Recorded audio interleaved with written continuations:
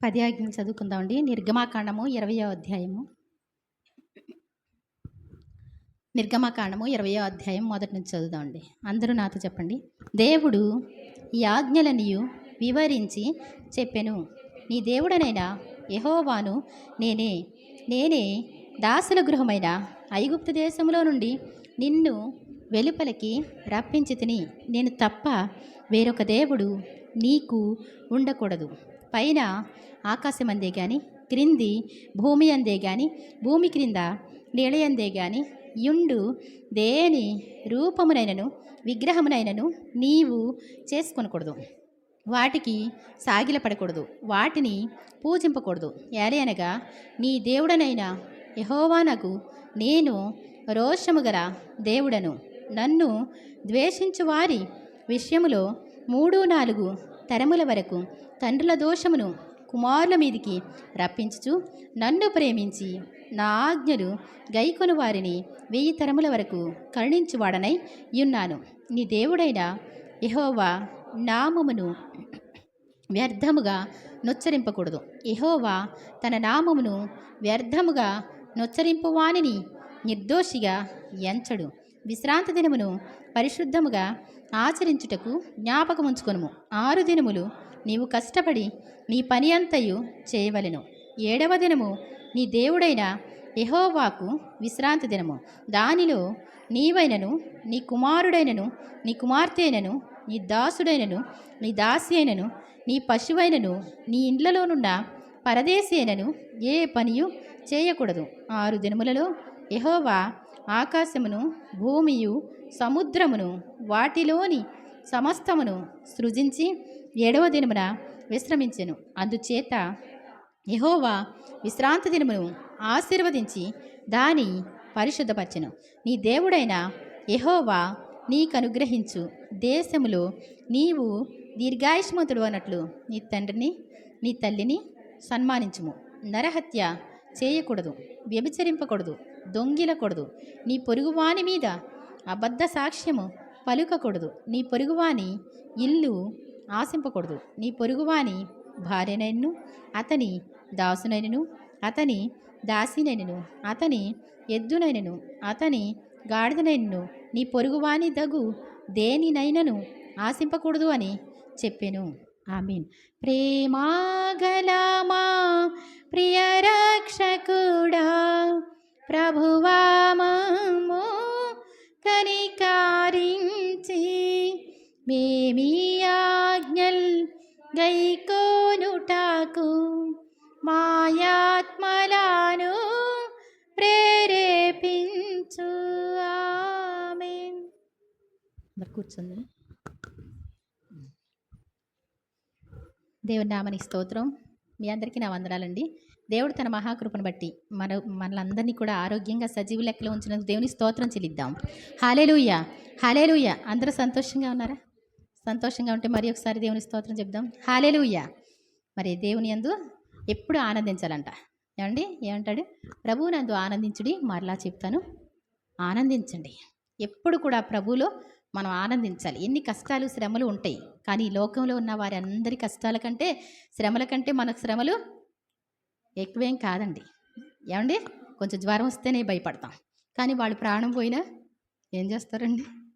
కానీ దేవుడు మనకి సహాయం చేస్తూనే ఉంటారు కష్టాల్లో, శ్రమల్లో కదా. దేవుడు మరి మనల్ని ఎప్పుడు కూడా విడిచిపెట్టే దేవుడు కాదు, సమీపంగా ఉన్న దేవుడు అని దేవుని వాక్యం సెలవిస్తూ ఉంది. ఆదికాండము 4వ అధ్యాయము 26 వచనం చూడండి.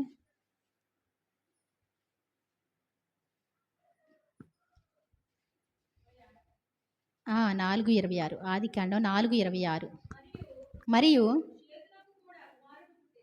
షేతునకు కూడా కుమారుడు పుట్టెను.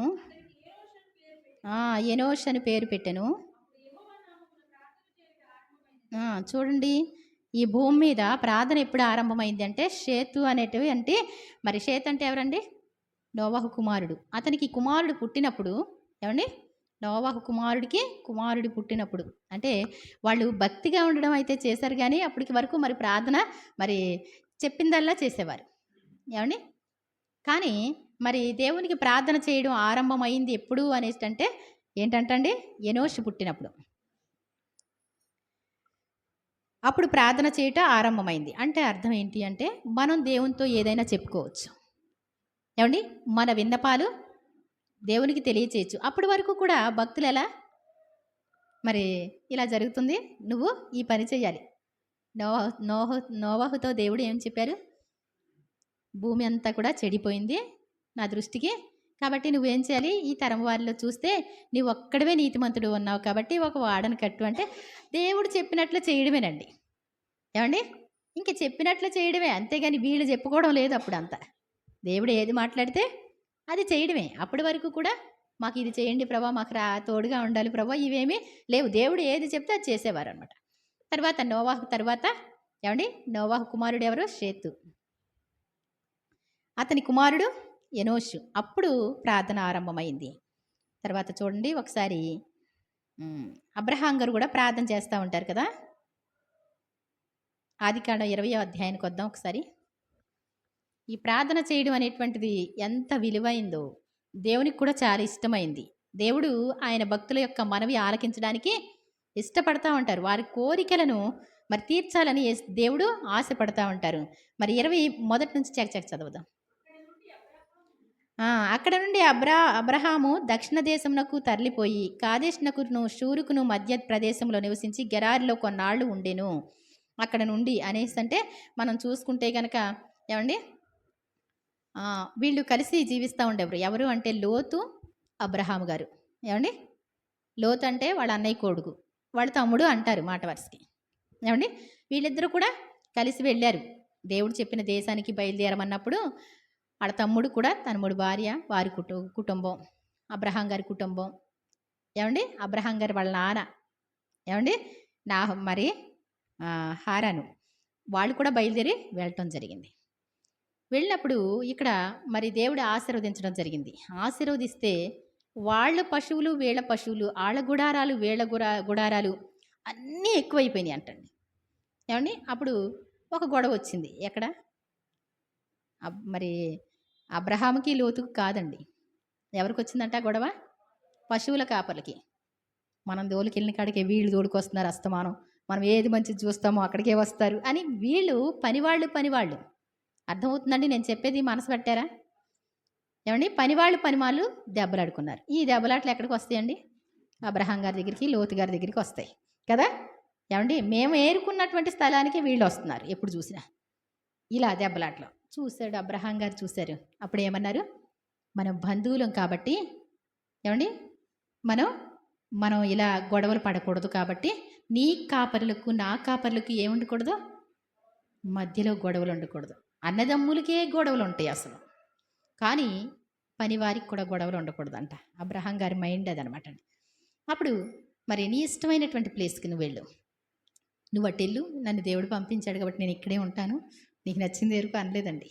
నువ్వు తూర్పుకి వెళ్తే నేను పడమటికి వెళ్తాను, నువ్వు ఉత్తరానికి వెళ్తే నేను దక్షిణానికి వెళతాను అని చెప్పారు. అప్పుడు అంటండి పాపం లోతు గారు కొంచెం చిన్న మైండ్ కదండి, చిన్నోళ్ళు కదా, గబగబా కొండెక్కి చూసి అప్పుడు సొదొమ గొమొర్రా పట్టణాలు కాలిపోక ముందు ఏదేను తోటలా ఉన్నాయంట. ఎలా ఉన్నాయంట? ఏదేను తోట అంటే చాలా అందమైన తోట అంటండి. భూమి మీద ఉన్న పరలోక రాజ్యం అంటండి, అంత అందమైంది అనమాట. అలా ఉంటే ఆ ప్రదేశాలు కోరుకొని వెళ్ళిపోవడం జరిగింది. అక్కడ మరి తన్ను కూడా మరి శత్రువులు వచ్చి తనకున్న సమస్తాన్ని పట్టుకుపోయినప్పుడు అబ్రహాము విని వెళ్ళి అదంతా తీసుకొస్తాడు. ఏమండి? ఇవన్నీ జరుగుతాయి.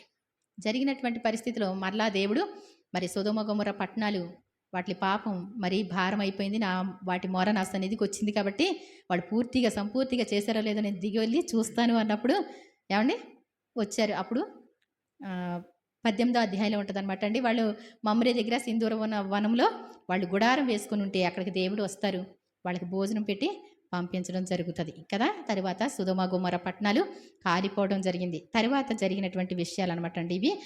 మరి అక్కడ నుండి మరి అప్పుడు అబ్రహాము దక్షిణ దేశానికి తరలిపోయి కాదేష్నకును షూరుకును మధ్య ప్రదేశంలో నివసించి గెరారులో కొన్నాళ్ళు ఉండెను. అప్పుడు అబ్రహాము తన భార్య అయిన శారాను గురించి ఈమె నా చెల్లెలని చెప్పిన గనుక గెరారు రాజైన అబీమెలెకు శారాను పిలిపించి తన ఇంట చేర్చుకునేను. ఇంకా అంటే అప్పుడు వచ్చారు, యెహోవా ప్రత్యక్షమయ్యారు, భోజనం పెట్టాడు. ఏమండి? తెలుసు కదా, భోజనం ఎంతో పరుగుల మీద పరుగులు, పరుగు మీద వెళ్ళి ఏమండి మంచి కోడిని తీసుకొచ్చి గబగబా వాదించమని పనివానికి అప్పచెప్పి 3 మానికల మెత్తన పిండి రెడీ చేయమని వెన్న అన్నీ కూడా పాలు వెన్న అన్నీ తీసుకొని దగ్గర నిలబడి భోజనం పెట్టించినప్పుడు ఏం చెప్పారు దేవుడు? నీ భార్య అయినా సరే ఎక్కడ ఉంది అంటే ఏమన్నారండి? అదిగో గుడారంలో ఉంది అంటే మీదటికి వచ్చే కాలానికి ఇదే సంవత్సరానికి ఇదే కాలం వచ్చే సంవత్సరం ఇదే కాలానికి మళ్ళీ వస్తాను, అప్పుడు నీ భార్య నీకు కుమారుని కంటది అని చెప్పారు. ఏమండి అప్పటికి మళ్ళా సంవత్సరం ఇదే కాలానికి అంటే ఏమండి ఇంకా ఆవిడ ప్రెగ్నెన్సీ అవ్వలేదు. అర్థమవుతుందండి? ఇప్పుడు మనం చదువుకునేటువంటి ఈ అధ్యాయంలో మరి ఇంకా ప్రెగ్నెన్సీ అవ్వలే, ఇంకొక 2-3 నెలలకి అవుతుంది. ఆవిడ 3 నెలలకు అవుతుంది. 9 నెలల చిల్లర అంటే ఇంకో 2 నెలలకి ప్రెగ్నెన్సీ అవుతుంది. ఇంకా ఆవిడకి పిల్లలు పుట్టలేదు. అయితే ఈ గెరార్ వెళ్ళారంటండి. వెళ్తే అక్కడ మరి చాలా అందగత్తంటండి. అంటే మరి చెప్తా ఉంటారు, నాకైతే తెలియదు. కానీ మరి దేవుడు ఆ మాట ఎప్పుడైతే చెప్పారో ఆటోమేటిక్గా ఆవిడ యవనస్త్రాలా మారిపోయింది. ఏమండి అప్పటికి ఎన్ని సంవత్సరాలు అండి ఆవిడకి? చెప్పమని చెప్పాలి. 90 సంవత్సరాలు. ఏమండి 99 సంవత్సరం. ఇంకొక సంవత్సరంలో పుట్టేస్తాడు బాబు ఇస్సాకు. ఏమండి ఇంకొక సంవత్సరంలోనే. అంటే ఆయనకేమో 99 సంవత్సరాలు, ఈవిడికి 90 సంవత్సరాలు అంటండి. అంతేనా? డౌట్ ఏమన్నా మీకు? 90 సంవత్సరాల శారా కుమారుడికి అనేసరికి 100 సంవత్సరాలకైనా అబ్రహాం గారికి కుమారుడు పుట్టింది. మరి సందేహంగా చూస్తున్నారు. ఏమండి 90 సంవత్సరాలు. ఈమెను బట్టి నన్ను చంపేస్తారేమో అని చెప్పి, ఒకవేళ ఆమె యొక్క భర్తనంటే నన్ను చంపేస్తారేమో ఆవిడని తీసుకొని అని భయపడి నా చెల్లని చెప్పు అన్నారు అక్కడ ఆయన. అందరూ చాలా తప్పు పడుతూ ఉంటారు ప్రతి విషయంలో. మనం ఎంతో భక్తి పరులం అయినట్టు మన జీవితంలో తప్పులు లెక్క పెడితే మాటికి ఉంటాయి. అవునా కాదండి? ఏదో తనకు కొంచెం భయపడి అది దేవునికి విరోధం అవుద్దేమో మరి తప్పు అవుద్దేమో అనుకోలేదు కాబట్టి చెప్పాడు. దేవునికి విరోధమైన పని చేయడానికి అబ్రహాం గారు ఒప్పుకోరండి, గుర్తుపెట్టుకోండి. ఇక్కడ అంటండి చెల్లి అని చెప్పేసరికి అబ్బా ఆవిడ ఎంత అందంగా ఉందో అన్నారంట. దేవుని స్తోత్రం చెప్దాం. అందరూ కూడా అప్పుడు అబ్రహాము తన భార్య అయిన శారాను గురించి ఈమె నా చెల్లి అని చెప్పాను కనుక గెరారు రాజైన అబీమెలెకు శారాను పిలిపించి తన ఎంట చేర్చుకొనెను. అది చెల్లంట. చాలా బాగుంది ఆవిడ. నా దగ్గరికి తీసుకురండి ఆవిడని. నాకు బాగా నచ్చింది ఆవిడ. ఏంటంటండి అందరూ చెప్పారంటండి, అందరూ పొగిడారంటండి. ఈ మధ్యన బాగా వైరల్ అనింది ఎవరు, ఏదో మోనాలిసా అని. ఏమండి తగులుకొని చెప్తున్నారు కదా. అలా పొగిడేసరికి రాజుగారి దగ్గరికి వెళ్ళింది ఆ వార్త. మరి ఆవిడని తీసుకొచ్చి నా దగ్గరికి తీసుకురండి అంటే తన ఇంట చేర్చుకున్నాడు. ఏమండి ఇంట్లో పెట్టేసుకున్నాడు. పెట్టుకుంటే అయినను రాత్రి వేళ దేవుడు స్వప్నమందు అబీమెలెకు వద్దకు వచ్చి, నీవు నీ ఇంట చేర్చుకున్న స్త్రీ ఒక పురుషుని భార్య గనుక ఆమె నిమిత్తము నీవు చచ్చిన వాడవు సుమా అని చెప్పాను. ఏంటంటని ఆవిడ ఎప్పుడైతే వెళ్ళిందో ఏమండి అబ్రహాం గారు ప్రార్థన చేస్తూనే ఉంటారు. ఒక ప్రక్కన చేస్తారు, కానీ అది మనకు రాయబడలే. నేను చూసాను సినిమాలో మామూలుగా ఆయన ప్రార్థన చేస్తూనే ఉంటారు. కొంచెం బాధ అనిపిస్తుందా అండి? రాజుగారు తీసుకుపోతే మాట్లాడండి, ఎవరన్నా అడ్డు చెప్పగలరా? ఎవడన్నా తీసుకుపోతే రాజుగారి దగ్గరికి వెళ్ళి ఏమండి నా భార్యను వాడు తీసుకుపోయాడండి అని చెప్పవచ్చు. తీరా చూస్తే రాజుగారే తీసుకుపోయారు. ఇక ఎవరిని అడుగుతారండి? ఏమండి ప్రభువా మీరు ఎక్కడికి వెళ్ళాలో తెలియని పరిస్థితిలో బయలుదేరాడు. ఏమండి ఆయన మీద నమ్మకం పెట్టుకుని బయలుదేరాడు. ఎక్కడికి వెళ్ళవలనో ఎరుగకయే బయలుదేరాడంట. తీరా చూస్తే ఎన్ని కష్టాలో ఎన్ని శ్రమలో మామూలు కాదండి. ఏమండి అన్ని సాఫీగా వెళ్ళి అనుకుంటున్నారా మీరు? బైబిల్ నేను కాన్ఫరెన్స్లో రోజు అబ్రహాం గారి కోసం చెప్తా ఉంటా. ఎందుకని చిన్నగా సింపుల్గా అబ్రహాములాగా అంటారు ప్రతిదానికి. నన్ను దీవించేయండి ప్రభా. వాళ్ళు నార్మల్ భక్తులు కాదండి. ఏమండి మరి ఆ భార్య అక్కడికి వెళ్ళినప్పుడు ప్రార్థన చేస్తూ ఉన్నారు. దేవుడు ఆ రాత్రి అంటండి వెళ్ళి ఏమన్నాడంటే అబీమెలెకుతో, నీ ఇంట చేర్చుకున్నవే ఆవిడ ఎవరనుకున్నావు? ఒక అతని భార్య. ఆమె విషయంలో నీవు చస్తావు, జాగ్రత్త. ముట్టుకున్నావో చస్తావు, చాలా జాగ్రత్త. ఏమండి వాళ్ళకి ఎవరు తోడుకుంటారండి? అంత దూరం వెళ్ళిన వాళ్ళకి ఎవరు సహాయం చేస్తారండి? వాళ్ళకి రాజు దగ్గర నుంచి విడిపించడం ఎవరి వల్ల అవుద్దండి? ఏమండి ఇంకెవ్వరి వల్ల అవుద్ది అసలు లెక్క? మామూలు చూసుకుందాం అసలు. ఏమండి మంచిగా వెళ్ళి వెనక్కి తిరిగి రావడం అంటే మాటలండి, మాటలు కాదు.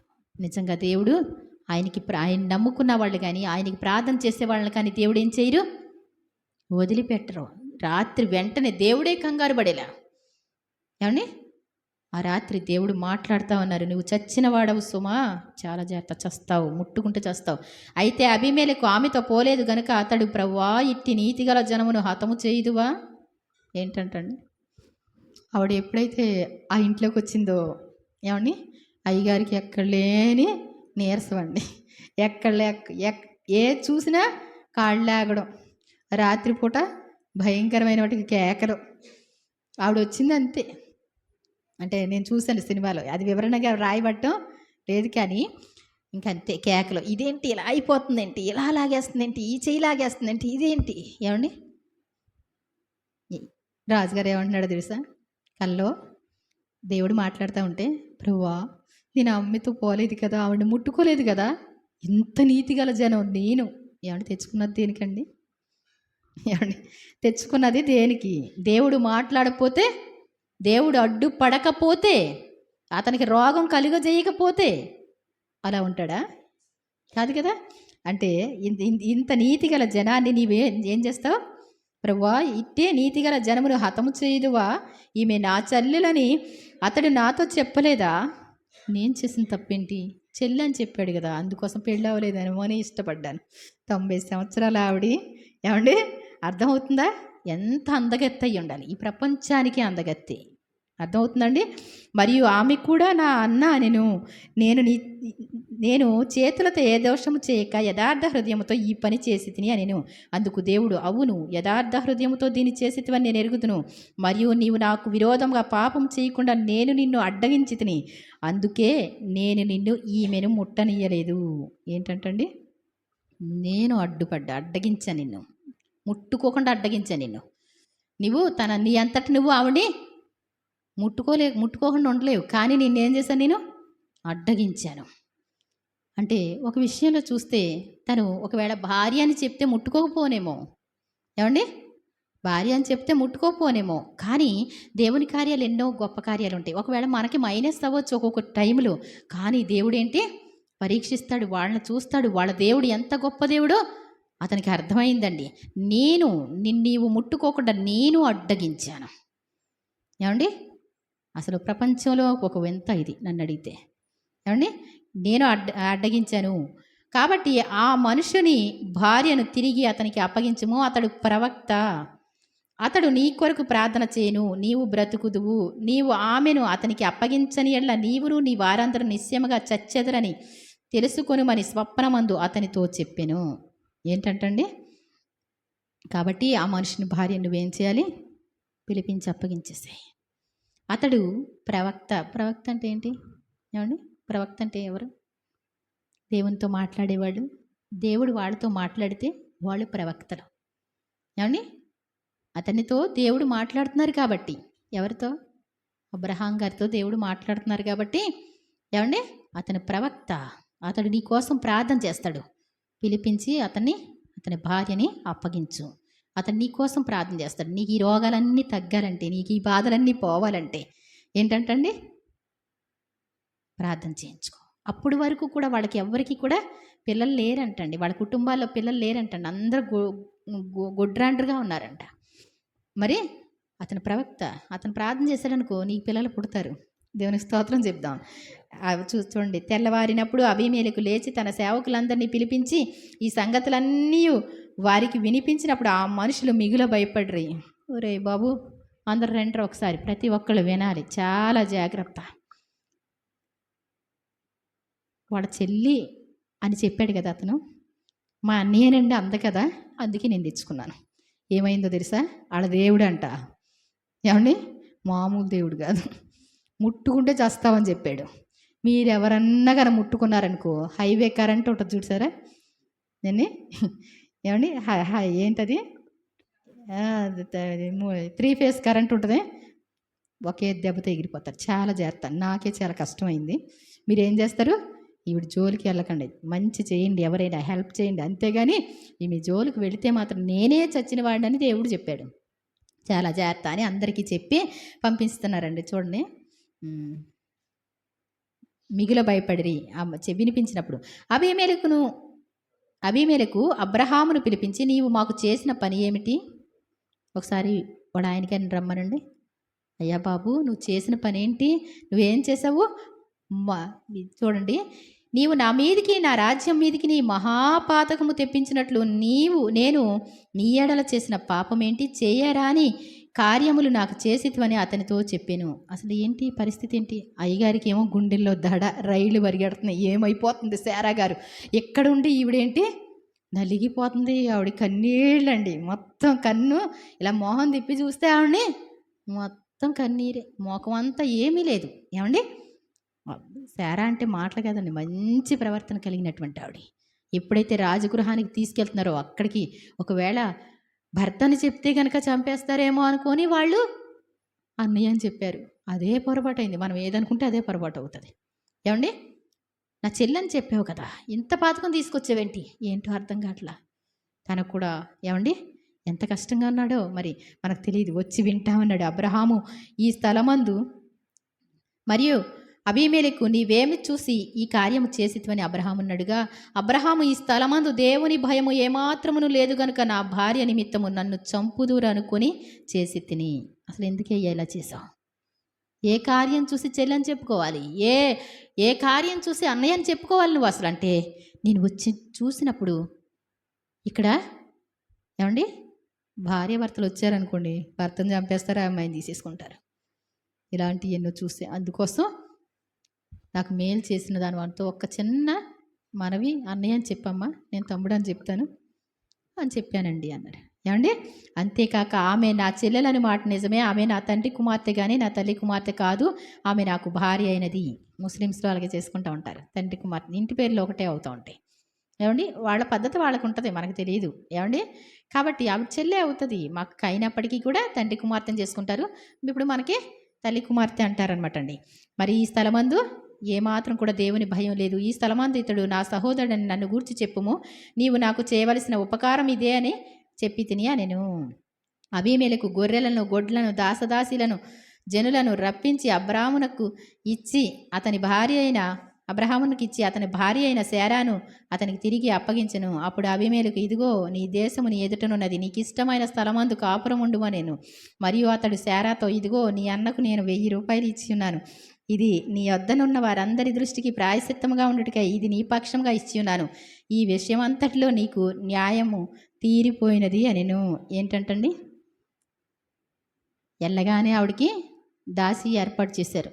హాగర్ అనేటువంటి ఆవిడ అక్కడి నుంచి వచ్చిందండి. హాగర్ గారు ఇష్మాయేల్ తల్లి. ఏమండి, అక్కడి నుంచి దాసీలు అంటండి, పనివారు. ఏమండి, గొడ్లు, గొర్రెలు మొత్తం అన్నీ ఇచ్చి, బాబు తీసుకెళ్ళు, ఇవన్నీ తీసుకెళ్ళు, నీకు కానుకగా మొత్తం అన్నీ తీసుకెళ్ళు. అమ్మా ఇలా రా ఒకసారి. ఏమంటున్నాడండి, ఇదిగో మీ అన్నయ్యకి నేను ఏమి ఇస్తున్నాను తెలుసా? 1000 రూపాయలు ఇస్తున్నాను నేను. ఏమండి, ఏంటంట మీ అన్నయ్యకి, అంటే వెటకారంగా అనమాట, మీ అన్నయ్య అన్నావు కదా అని. మీ అన్నయ్యకి 1000 రూపాయలు అంటే మనకి ఒక ఇప్పుడు లెక్కలో అయితే లక్షల మీద ఉంటుందేమోనండి. ఏమండి, మీ అన్నయ్యకి 1000 రూపాయలు ఇస్తున్నాను, ఇదిగో న్యాయం అయిపోయింది. ఏంటంటండి, న్యాయం తీరింది అంటండి. అంటే ప్రాయశ్చిత్తంగా నేను తెచ్చుకున్నందుకు. తను చూస్తే తందరేమీ తప్పవదు. ఒక విషయం, ఒక మంచిగానే తీసుకెళ్ళి పెళ్లి చేసుకుందాం అనుకున్నాడేమో మనకు తెలియదు. కానీ దేవుడు ప్రార్థన చేసేవారికి, భక్తిగా ఉండేవారికి దేవుడు ప్రతీది చూస్తున్నాడు అనేటువంటిది మనం ఏం చేయాలండి? గుర్తుపెట్టుకోవాలి. నన్ను చూడట్లేదేమో, నా ప్రార్థన వినట్లేదేమో, వీళ్ళు ప్రార్థన చేస్తే వింటాడా, వాళ్ళు ప్రార్థన చేస్తే వింటాడా?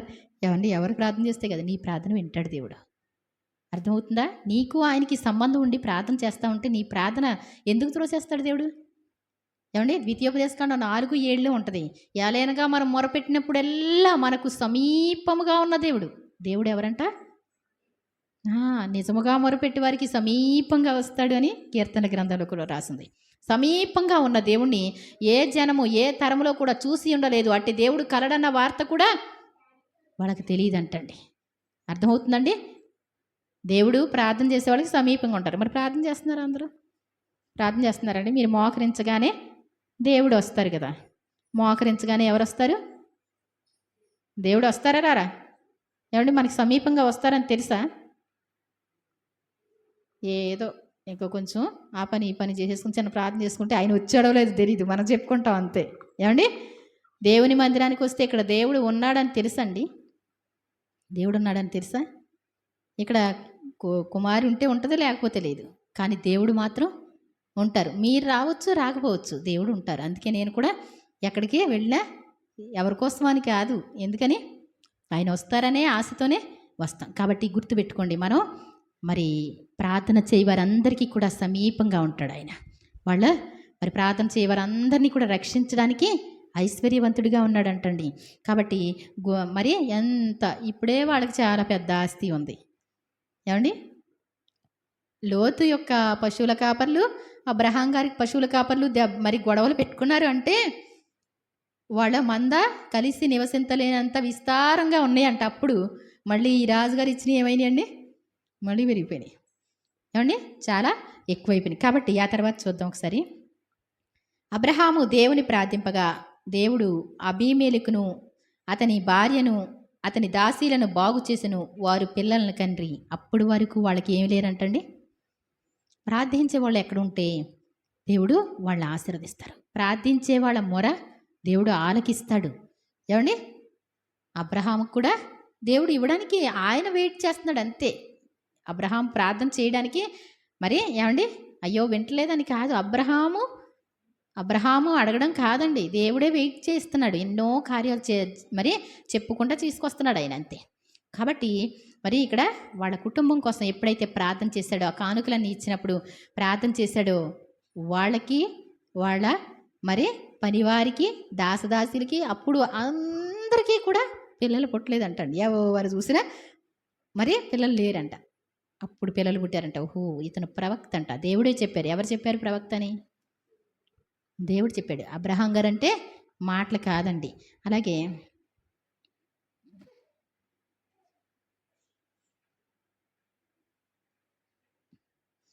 ఆదికాండం 25వ అధ్యాయం అండి. ఒకసారి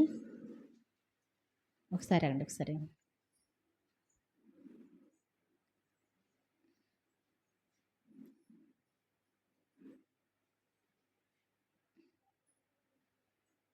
25వ అధ్యాయము తర్వాత 19వ వచనం చూద్దాం. అబ్రహాము కుమారుడు. ఇప్పుడు అబ్రహాం గారిని చూసామండి. ఏమండి అతను ఎంత ప్రార్థనాపరుడో, ఎంత దేవునికి సన్నిహితంగా ఉన్నాడో.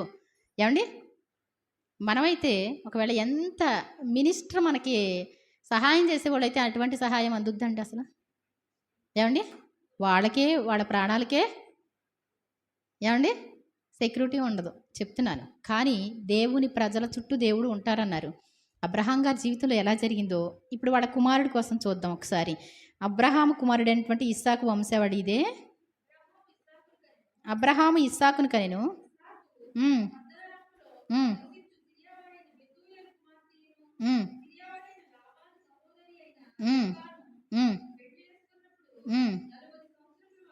ఇస్సాక్ గారికి మ్యారేజ్ అయ్యేసరికి ఎన్ని సంవత్సరాలు అంటండి? 40 సంవత్సరాలకు పెళ్లి చేసుకున్నాడు. కానీ ఒక మచ్చ కూడా లేనటువంటి వ్యక్తి, దేవుని ధ్యానంలో ఉండే వ్యక్తి, ప్రతి సాయంత్రం కూడా చక్క పొలంలోకి వెళ్ళి ధ్యానించుకునేవాడు అంటండి. ఏమండి ప్రతి విషయానికి కూడా ప్రార్థన చేయడం, దేవునితో సన్నిహిత సంబంధం కలిగినటువంటి వ్యక్తి ఈ యొక్క ఇస్సాకు గారు. ఇస్సాకు భార్య గొడ్రాలు గనుక అతడు ఆమె విషయమై యెహోవాను వేడుకొనెను.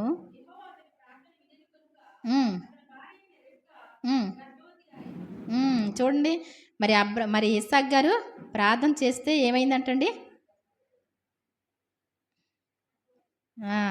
అతని భార్య గర్భవతి అయిందంటండి.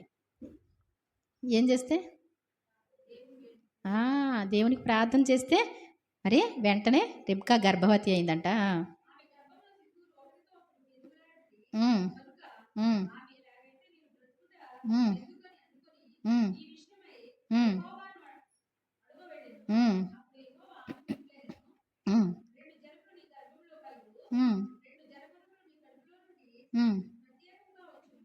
చాలండి. మరి నిజంగా మరి ఇస్సాకు గారు ప్రార్థనాపరుడిగా ఉన్నారు. ఒకసారి చూద్దాం మళ్ళీ.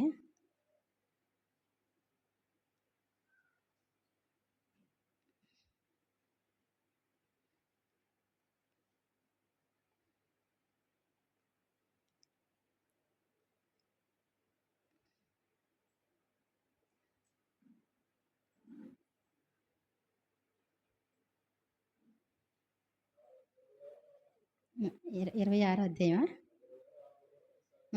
ఇస్సాకు గారు. ఓకే. సేమ్ ఇదే. హ్మ్. ఆ! ఆదికాండం 26వ అధ్యాయం మొదటి నుంచి చూద్దాం. చదవండి.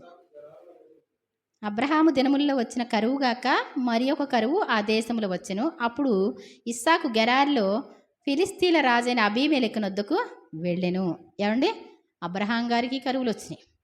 అబ్రహాం గారి జీవితంలో అంటే స్టోరీలు మీరు చదివితే ఎలా ఉంటాయి అంటే సేమ్ స్టోరీలా ఉంటాయి. వాళ్ళది అలాగే ఉంటుంది, వీళ్ళది కూడా సేమ్ అలాగే ఉన్నట్టుంటుంది అనమాట అండి. ఆ కరువులు వచ్చినాయి. వాళ్ళు కూడా గెరారుకు వెళ్ళాడు. ఆ ఫిలిస్తీన్ల రాజైన అబీమెలెకు నొద్దకు వెళ్ళెను. అక్కడ యెహోవా అతనికి ప్రత్యక్షమై, ఐగుప్తులోనికి వెళ్ళక నేను నీతో చెప్పు దేశమందు నివసించుము. ఈ దేశమందు పరవాసివై ఉండుము. నేను నీకు తోడే నిన్ను ఆశీర్వదించను. ఏలయనగా నీకును నీ సంతానమునకును ఈ దేశములన్నీ ఇచ్చి నీ తండ్రి అయిన అబ్రహాముతో నేను చేసిన ప్రమాణమును నెరవేర్చి ఆకాశ నక్షత్రముల వలె నీ సంతానమును విస్తరింపజేసి ఈ దేశములన్నీ నీ సంతానమునకు ఇచ్చెదను. నీ సంతానం వలన సమస్త భూలోకములోని సమస్త జనములు ఆశీర్వదింపబడదురు. ఏలైనగా అబ్రహాము నా మాట విని నేను విధించిన దాన్ని, నా ఆజ్ఞలను, నా కట్టడలను, నా నియమములను గైకొన్నని చెప్పెను. ఇస్సాకు గెరారులో నివసించెను. ఆ చోటి మనుషులు అతని భార్యను చూచి ఆమె ఎవరని అడిగినప్పుడు అతడు ఆమె నా సహోదరి అని చెప్పెను. ఎందుకనగా రిబ్కా చక్కనిది గనుక ఈ చోటి మనుషులు ఆమె నిమిత్తము నన్ను చంపుదురేమో అనుకుని తన భార్య అని చెప్పుటకు భయపడెను. సేమ్ తండ్రి ఎలా అయితే అన్నారో వీళ్ళు కూడా ఏమన్నారండి? ఇస్సాకు గారు కూడా నా చెల్లి అన్నారు. తన భార్య కూడా ఏముంది? మా అన్నయ్య అని చెప్పారు. అక్కడ మనుషులు చాలా భయంకరమైనటువంటి వారు. దేవుడు అంటారు, ఐగుప్తుకి వెళ్ళడానికి బయలుదేరితే నువ్వు గెరారులోనే నివసించు. నిన్ను గొప్ప జనంగా చేస్తాను. నీ సంతానాన్ని ఆకాశ నక్షత్రాలుగా చేస్తాను. నీ తండ్రితో మాట్లాడింది నేనే. ఏమండి? నీ తండ్రి అబ్రహాము దేవుణ్ణి, నీ దేవుణ్ణి, నేను నిన్ను ఆశీర్వదిస్తాను అని చెప్పినప్పుడు అతను నమ్మడం జరిగిందండి. మరి నిన్ను ఆశీర్వదిస్తానని చెప్పిన తర్వాత ఇన్ని కష్టాలు వస్తే ఎలా అండి? ఏమండి? మరలా ఆ రాజు తీసుకెళ్ళి చూద్దాం. అక్కడ అతడు చాలా దినములు ఉండిన తర్వాత ఫిలిస్తీన్ల రాజైన అబీమెలెకు కిటికీలో నుండి చూచినప్పుడు ఇస్సాకు తన భార్య అయిన రిబ్కాతో సరసమాడుట కనబడెను. అప్పుడు అబీమెలెకు ఇస్సాకును పిలిపించి, ఇదిగో ఆమె నీ భార్యయే, ఆమె నా సహోదరిని ఎలా చెప్పితివని అడుగగా ఇస్సాకు ఆమెను బట్టి నేను చనిపోదునేమో అనుకుంటునని అతనితో చెప్పాను. అందుకు అబీమెలెకు, నీవు మాకు మాకు చేసిన ఈ పని ఏమి? ఈ జనులలో ఎవరైనను ఆమెతో నిర్భయముగా శయనించవచ్చునే. అప్పుడు నీవు మా మీదికి పాతకము తెచ్చిపెట్టిన వాడవు గదా అని నువ్వు అబీమెలెకు, ఈ మనుషుని జోలికైనో ఇతని భార్య జోలికైనో వాడు నిశ్చయముగా మరణశిక్ష పొందునని తన ప్రజలందరికీ ఆజ్ఞాపించగా ఇస్సాకు ఆ దేశమందున్నవాడే విత్తనం వేసి ఆ సంవత్సరము 100 ఫలము పొందెను. యెహోవా అతన్ని ఆశీర్వదించిన గనుక ఆ మనుషుడు గొప్పవాడైను. అతడు మిక్కిలి గొప్పవాడ వరకు క్రమక్రమముగా అభివృద్ధి పొందుతూ వచ్చెను. ఎక్కడున్నప్పటికీ కూడా దేవుడు ఆశీర్వదిస్తాను అని చెప్పినప్పుడు మనుషులు ఏమనుకుంటామండి? మనకు ఆశీర్వాదం కావాలంటే ఏమండి? దేవుడు చెప్పిన చోట్లు కాదు, మనం ఏమనుకుంటాం? అసలు మన బంధువులను వదిలిపెట్టేస్తారు, కుటుంబాలను వదిలిపెట్టేస్తారు. మరి తర్వాత అంటే వదిలిపెట్టి రమ్మన్నారనుకోండి, దేవుడు చెప్తే వెళ్ళాలి. కానీ మందిరాలు కూడా వదిలిపెట్టేసుకొని మనం వెళ్తామండి. ఆశీర్వాదం ఉంటుందండి? దేవుడు అంటాడు, ఇక్కడే ఉండు, నిన్ను ఆశీర్వదిస్తాను అని చెప్తే నిజంగా అసలు వాళ్ళు గమనిస్తూనే ఉన్నారు. వాళ్ళ చెల్లంట చాలా అందంగా ఉంది. ఏమండి? మరి రాజుగారు ఎలా చూశారు? కిటికీలోంచి చూస్తే ఏమండి? కిటికీలోంచి చూస్తే సరసమాడుట కనపడి అంటే రాజుగారు వచ్చి చూసుంటారు. అంతే కదా? అంతేనా? వీళ్ళ ఇంటికి వచ్చినప్పుడు మరి రాజుగారు కిటికీ తీసి చూశారు ఎవరెవరు ఉన్నారు ఏంటి అని. అంటే తప్పేం కాదు కదండి, పెళ్లి కాని వాళ్ళు మామూలుగా ఉంటే తప్పేముంది అనుకొని కిటికీ తీస్తే ఏముందంటండి, నీ భార్యతో సరసమాడటం కనపడింది. ఆమె నీ భార్య, ఎందుకు ఇలా ఎంత అబద్ధం ఎందుకు చెప్పాలి అని చెప్పినప్పుడు ఇక్కడి మనుషులు దేవుని భయం లేని వారిగా ఉన్నారు. కాబట్టి ఒకవేళ ఆమె నిమిత్తం నన్ను ఏం చేస్తారు అని చెప్పి ఇలా చెప్పాను అంటే చాలా జాగ్రత్త, పెద్ద పాతకం తీసుకొచ్చి మా మీద పెట్టినవాడు అవుతావు. కాబట్టి ఇతని భార్యని ఎవరు కూడా ముట్టుకోవద్దు, వాళ్ళు మన మధ్యలో ఉంటారు, మంచిగా ఉంటారు, జాగ్రత్త అని పెద్ద సెక్యూరిటీ అండి. ఏమండి? ఇచ్చినప్పుడు ఆ ఇస్సాకు ఆ దేశమందు ఉన్నవాడే విత్తనం వేశాడంటండి. ఏమండి? విత్తనం వేస్తే ఏంటి? ఆహా, ఈ కరువులో విత్తనాలు పెట్టేవాడు బాగా భయంకరమైన కరువు. ఏమండి? అలాంటి దాంట్లో విత్తనాలు పెడితే వస్తుందండి? ఇస్సాకు గారు ఎక్కడ బావులు తవ్వినప్పటికీ కూడా జలలు గల ఓట్లు వచ్చాయంటండి. ఎవరైనా దెబ్బలాడి తీసేసుకుంటే అక్కడి నుంచి మళ్ళా ఇంకో చోటకి వెళ్ళిపోయాడు. గుడారం పీకడం, సైలెంట్‌గా వెళ్ళిపోవడం. ఏవండి, ఇంకా తను దెబ్బలాడినట్టు ఎక్కడా లేదు. అర్థమవుతుందండి? వాళ్ళ నాన్నగారు పూడ్చినటువంటి బావులు అని చెప్తే, ఆ బావుల్ని మరలా మా నాన్నగారి బావులు కదా ఇవి, ఒకసారి తవ్వండిరా అంటే తవ్వితే మళ్ళా జల్లలగట్ల ఓట్లొస్తే ఏవండి మళ్ళీ తీసేసుకునేవారంట. జగడాలు, ఎక్కడ చూసినా జగడాలే. ఎందుకని? నీళ్లు లేనటువంటి పరిస్థితుల్లో పంటలు పండవు కదండి. కాబట్టి నిజంగా అతను ఎక్కడ అడుగుపెట్టినా ఆశీర్వాదమే. ఆ విత్తనాలు వేస్తే ఎలా ఉంటుందో చూద్దాం అనుకుంటే నూరంతల పంట వచ్చిందంటండి. దేవుని స్తోత్రం చెప్దాం. ఇప్పుడు మనకి ఎంత పంట వస్తుందండి ఏమండి? Pass mark 30. ఏమండి? 100 వచ్చినాయి ఆయనకి, మనకు 30 వస్తే గ్రేట్ అనమాట. ఏమండి? ఫెయిల్ అవ్వకుండా 30 వస్తే అర్థమవుతుందా? ప్రార్థన చేసేవాళ్ళు, భక్తిగా ఉండేవాళ్ళు, వాళ్ళు వాళ్ళంతటి వాళ్ళు ఇలా సువార్తలు ప్రకటించలేదండి. దేవుడు ఏది చెప్తే అది చేయడం. వాళ్ళని బట్టి మహారాజుల దగ్గరికి వెళ్ళేది వాళ్ళ వార్త. ఏమండి? రాజుల ద్వారానే వాళ్ళ కార్యాలు జరిగినాయి. కాబట్టి ఆ దేశంలో ఎంతో గొప్పవాడయ్యాడంటండి. అతడు క్రమక్రమంగా దేవుడు ఏం చేస్తాడంటే ఒక్కసారి ఇంత బంగారం లాటరీలు వచ్చేలా చేయడండి. ఎందుకని? ఒకే దెబ్బను వస్తే ఒకే దెబ్బను పడిపోతారంట. ప్రతిదాన్ని అనుభవంగా దేవుడు ఏం చేస్తారు? తీసుకొస్తూ ఉంటారు. మనం కూడా మరి మెల్లిగా ఎదగాలంటండి. ఏమండి? మెల్లిగా ఎదగాలంట. అందుకోసం దేవుడు ఏం చేస్తారు? కొన్ని అనుభవాలు మనతో పాటు మనం పెరుగుతుంటే మనకి అనుభవాలు వస్తాయని దేవుడు క్రమక్రమంగా అతడు మరి అభివృద్ధి పొందుచు వచ్చును. అతనికి గొర్రెల ఆస్తియు, గొడ్ల ఆస్తియు, దాసులు గొప్ప సమూహమును కలిగినందున ఫిలిస్తీయులు అతని యందు అసూయపడిరి. ఏంటంటండి? ఫిలిస్తీయులు అంటే మాటలు కాదండి, భయంకరమైనటువంటి వాళ్ళు ఏంటంటండి? అతను చేస్తే మంచిగా వస్తున్నాయి అన్నీ కూడా. ఏమండి? రాజుగారేమో సెక్యూరిటీ కూడా ఇచ్చారు. ఏమని? ఎవరో ముట్టుకోకూడదని చెప్పారు. తీరా చూస్తే ఏంటి? ఏది చూసినప్పుడు కూడా ఎన్నాళ్ళు అవ్వలే, 1 సంవత్సరం అయిందా లేదా వచ్చి, ఎంత ఎదిగిపోయాడో. ఏమండి? క్రమక్రమంగా అతడు గొప్పవాడయ్యాడంటండి. అతని తండ్రి అయిన అబ్రహాము దినముల్లో అతని తండ్రి దాసులు ద్రవ్విన బావులన్నింటినీ ఫిలిస్తీయులు మన్ను పోసి పూడ్చివేసిరి. అబీమెలెకు నీవు మాకంటే బహు బలమగలవాడవు గనుక. దేవుని స్తోత్రం చెప్దాం. అబీమెలెకు అంటే రాజు ఇస్సాకు గారితో మాట్లాడుతున్నటువంటి మాట ఏంటంటండి? అంటే ఇస్సాకు గారు అంటే చిన్న గుడారం వేసుకొని వెళ్ళిపోయారు. అక్కడ ఏమీ లేదు, దేవుడు పిలిస్తే చిన్నిగానే ఉన్నారు అనుకుంటున్నామేమో. కానీ మహారాజు వచ్చి నీవు మాకంటే మహాబలం కలిగినటువంటి వాడు, నీవు ఏంటంటండి, నీవు మాకంటే బహుబలము కలిగిన వాడవు గనుక మా యొద్ద నుండి వెళ్ళిపోమని ఇస్సాకుతో చెప్పగా, అయ్యా మీరు ఉండమని చెప్పారు కదా, వాళ్ళకి సెక్యూరిటీ ఇచ్చారు కదా, వాళ్ళు ఏమాత్రం కూడా భయం లేకుండా హాయిగా చేసుకుంటున్నారు కదా. సైన్యం చూడండి ఎలా పెరిగిందో. రేపొద్దుట మనల్ని ఉండేవారండి వాళ్ళు. ఏమండి? ఈ పనివారు చెప్పే మాటలు ఎలా ఉంటాయండి? రాజుగారి దాసులు చెప్పే మాటలు ఎలా ఉంటాయి? అసలు సంవత్సరాలే ఎలా ఎదిగిపోతున్నారో చూడండి ఒకసారి. అయ్యో బాబోయ్, ఇంకొంచెం ఆగితే మనల్ని ఉంచరండి అంటే అబీమెలెకు రాజు వచ్చి ఏమంటున్నాడు? నీవు మాకంటే బహుబలం కలిగినటువంటి వాడవు, మా మధ్యలో ఉండటానికి వీలే, సరిపోయిందా ఇంకా ఈ మాత్రం వచ్చారు కాబట్టి ఇంక వెళ్ళిపోండి అని చెప్పారంటండి. ఇస్సాకు అక్కడి నుండి వెళ్ళి గెరారి లోయలో గుడారం వేసుకుని అక్కడ నివసించిన. అప్పుడు తన తండ్రి అయిన అబ్రహాము దినముల్లో త్రవ్విన నీళ్ల బావులు ఇస్సాకు తిరిగి త్రవ్వించిన. ఏలైనగా అబ్రహాము మృతి నొందిన తరువాత ఫిలిస్తీయులు వాటిని మన్ను పోసి వాటిని పూడ్చివేసిరి.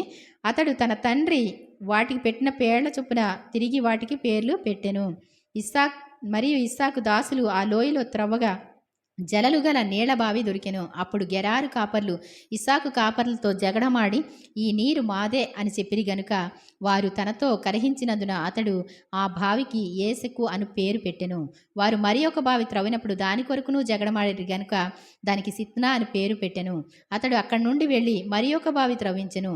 దాని విషయమే వారు జగడమాడలేదు గనుక అతడు ఇప్పుడు యెహోవా మనకు ఎడము కలుగజేసి ఉన్నాడు గనుక ఈ దేశమందు అభివృద్ధి పొందుదననుకొని దానికి రెహబోతు అను పేరు పెట్టెను. అక్కడి నుండి అతడు బేర్షెబాకు వెళ్ళెను. ఆ రాత్రే యెహోవా అతనికి ప్రత్యక్షమై, నేను నీ తండ్రి అయిన అబ్రహాము దేవుడను, నేను నీకు తోడై ఉన్నాను గనుక భయపడకము. నా దాసుడైన అబ్రహామును బట్టి నిన్ను ఆశీర్వదించి నీ సంతానమును విస్తరింపజేసేదనని చెప్పెను. అక్కడ అతడు ఒక బలిపీఠం కట్టించి యెహోవా నామమున ప్రార్థన చేసి అక్కడ తన గుడారం వేసెను. అప్పుడు ఇస్సాకు దాసులు అక్కడ బావి త్రవ్విరి. ఏమండి? వీళ్ళు ఎన్ని బావులు తవ్వుతున్నారండి? ఇక మనకు బోర్లు వేసినట్టు అనమాట. ఏమండి బహుమంది పనివారు కావాలి వ్యవసాయం చేయాలంటే. పశువులకు కానీ మరి నీళ్ళు తోడు పోయడానికి కానీ ప్రతి విషయంలో కూడా వ్యవసాయం చేయడానికి బహుమంది పనివారు కావాలన్నమాట అండి. అక్కడ మరలా 4వ చోట అయిందనమాట అండి. అంతటా అబీమెలెకును అతని స్నేహితులైన అహుజతును అతని స్నేహాధిపతి అయిన పీకోలును గెరారు నుండి అతని వద్దకు వచ్చిరి. ఎంత దూరం వెళ్ళారో తెలియదండి. ఎక్కడ చూసినా విస్తరించిపోతున్నారు. రెహబోత్ అంటే విస్తరించడం అనమాట. దేవుడు తోడుగా ఉంటే మనిషి ఏమవుతారండి? ఎన్ని అడ్డులు వచ్చినా, ఎన్ని ఆటంకాలు వచ్చినా దేవుడు వాళ్ళని ఆశీర్వదిస్తూ ఉంటే రాజుల కంటే గొప్పవాళ్ళు అయిపోతారు. ఆ రాజు కూడా ఆశ్చర్యపడే విధంగా ఆ రాజుగారు అబీమెలెకు రాజు అంటండి. ఇంకా తన మరి సేనాధిపతి అయిన పీకోలును గెరారు నుండి అతని దగ్గరికి వచ్చి ఏమండి అతని స్నేహితుడైన అహుజతును మొత్తం అందరిని పిలుచుకొని మళ్ళీ వచ్చారండి. వచ్చాడు కదా అతను ఇస్సాక్ అనేటువంటి అతను మన దగ్గర నుంచి కొన్నాళ్ళు ఉన్నాడు కదా, వెళ్ళాడు కదా, ఇప్పుడంట బాగా పెరిగిపోయాడంట, బాగా అభివృద్ధిలోకి వచ్చేసాడంట. మనం గాన ఏమండి ఇప్పుడు గాన వెళ్ళి సమాధాన పడకపోతే ఒకవేళ తన సైన్యం చాలా పెద్దది, మన మీద తిరుగుబాటు ఎప్పటికైనా చేస్తారు ఒకవేళ. కాబట్టి మనం వెళ్ళి ఏం చేద్దాం?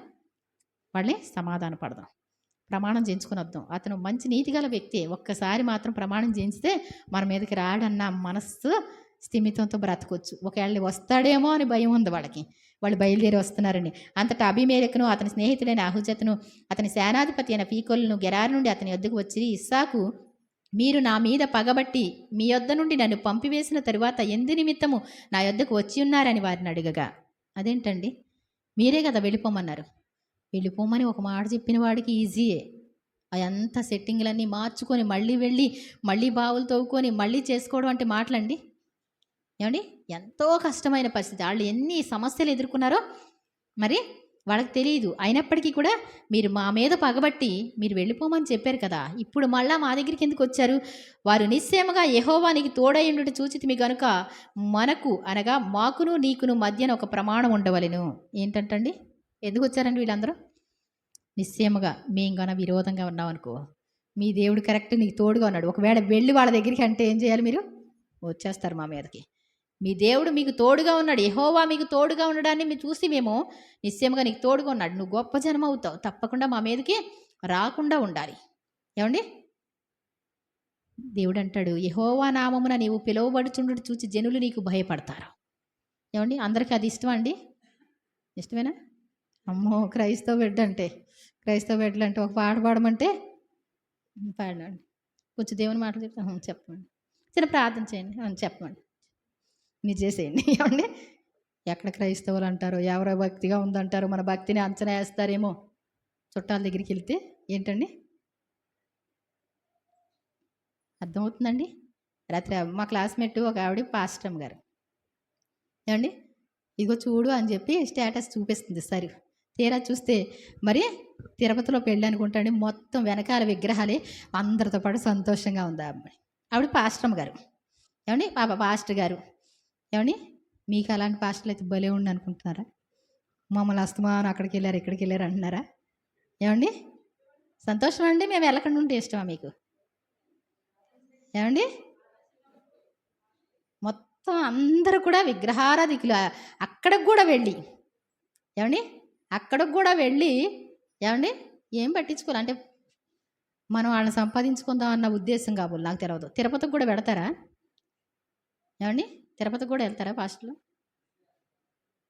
ఏదో అంటున్నాడు చిన్న. మరి అంతేనే కదా. కాబట్టి గుర్తుపెట్టుకోవాలి, మనం ఏం చేయాలి?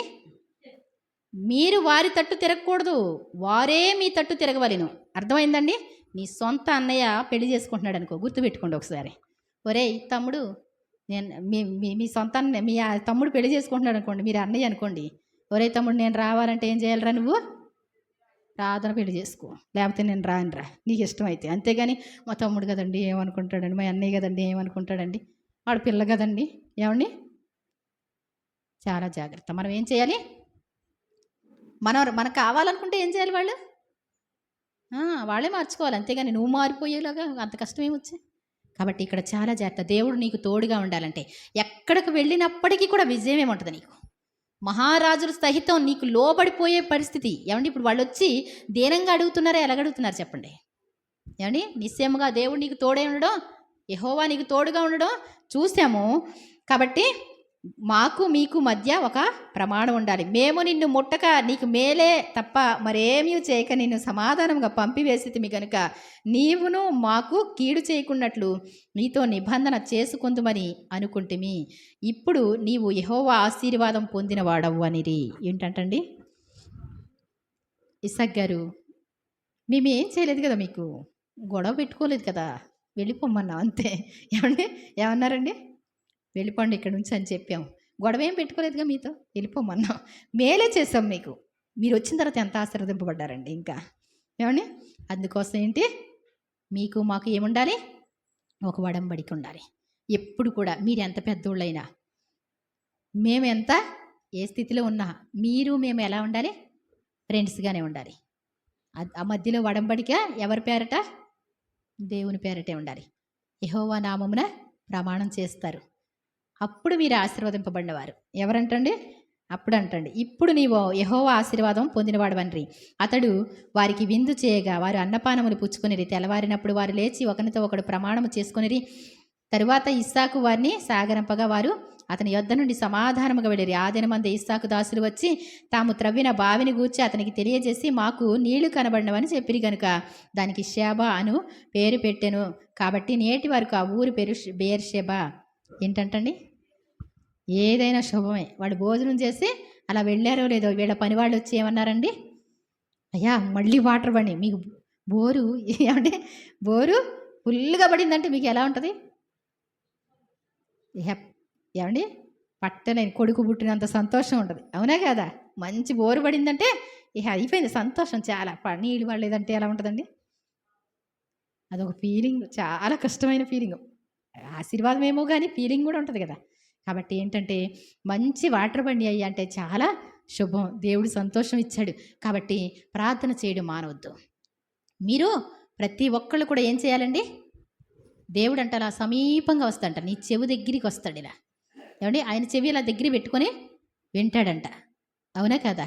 కాబట్టి ఏంటంటే మనం ప్రార్థన చేస్తే వింటాడు. దేవుడికి ఇష్టమైన వాళ్ళు ప్రార్థన చేస్తే యెహోవా కన్నులు నీతిమంతుల మీదను, ఏమండి ఆయన చెవులు వారి ప్రార్థనల వైపునను ఒగ్గి ఉన్నవి, కానీ కీడు చేయవారికి యెహోవా ముఖం ఎలా ఉందంటండి, విరోధంగా ఉందంట. ఎవడన్నా కీడు చేసేవాడు ఎవడన్నా ఉంటే దేవుని ముఖం ఎలా ఉంటుంది, వాళ్ళకి విరోధంగా ఉంటుంది. నీ మీదే నీతిమంతుల మీదే ఉంటుంది ఆయన కన్ను దృష్టి. నీ పిల్లలంటే నీకు ఎంత ఇష్టం కదా, ఏమని మీ పిల్లలకంటే ఏదైనా మీకు ఇష్టమైంది ఏదైనా ఉందా? దేవుడు ఉన్నాడండి, ఆ తర్వాత మా పిల్లలేనండా అంటారు, అవునా కదా? దేవుడి తర్వాత మన పిల్లలే కదా. ఏమండి దేవుడికంట నువ్వే ఇష్టం అంట. ఏం చేస్తూ ఉంటాడు ఆయన, నీ వైపే చూస్తూ ఉంటాడు. నీవు మంచి చేస్తే చాలా సంతోషపడతాడు.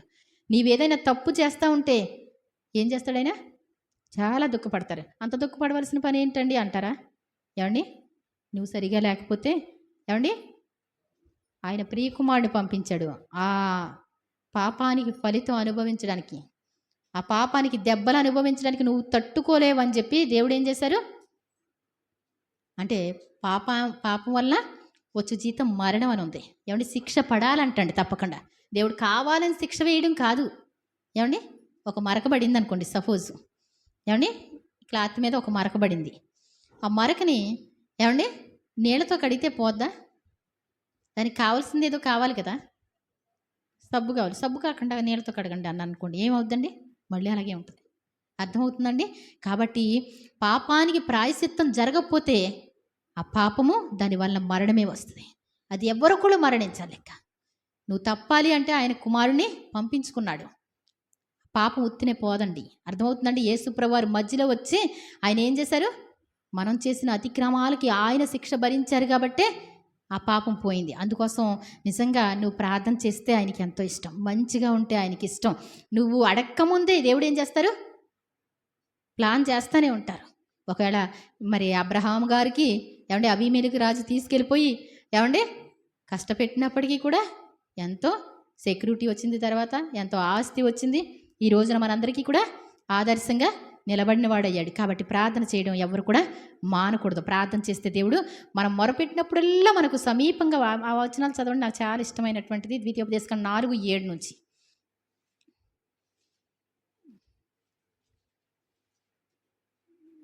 4:7 అండి. ద్వితీయోపదేశకాండం 4:7. ఏలైనగా ఏంటంటండి, మనము ఆయనకు మొరపెట్టినప్పుడల్లా, దేవునికి ఎప్పుడైతే నువ్వు ప్రార్థన చేస్తావో, ప్రభువా అని చెప్పి నువ్వు ఎప్పుడైతే ప్రార్థన చేయడం ఆరంభిస్తావో, ఏంటంటే మన దేవుడైన యెహోవా మనకు సమీపముగా ఉన్నట్టు, మరి ఏ గొప్ప జనమునకు ఏ దేవుడు సమీపంగా ఉన్నాడు? ఎవరు లేరండి. మనకి ఏంటంటండి, సమీపంగా వస్తాడంట. మొర్ర పెట్టినప్పుడల్లా సమీపంగా వస్తాడంట. నీ మనవులు ఆలకిస్తాడు. ప్రతి ప్రార్థన దేవుడు ఏం చేస్తారంట? వింటారంటండి.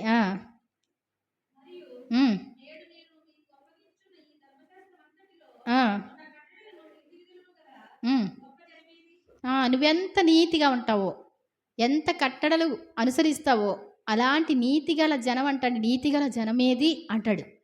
ఏమండి, ఒక చట్టం అంటూ ఉంది. ఎవరికి ఉందండి చట్టం? నీతిగా ఉండాలి.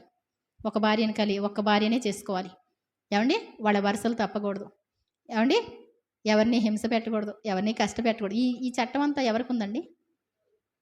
బైబిల్ గ్రంథాల నుంచే తీశారు అదంతా కూడా. అర్థమైందండి? కట్టడలు కలిగినటువంటి నీతిగల జనము ఏది? అయితే నీవు జాగ్రత్త పడము.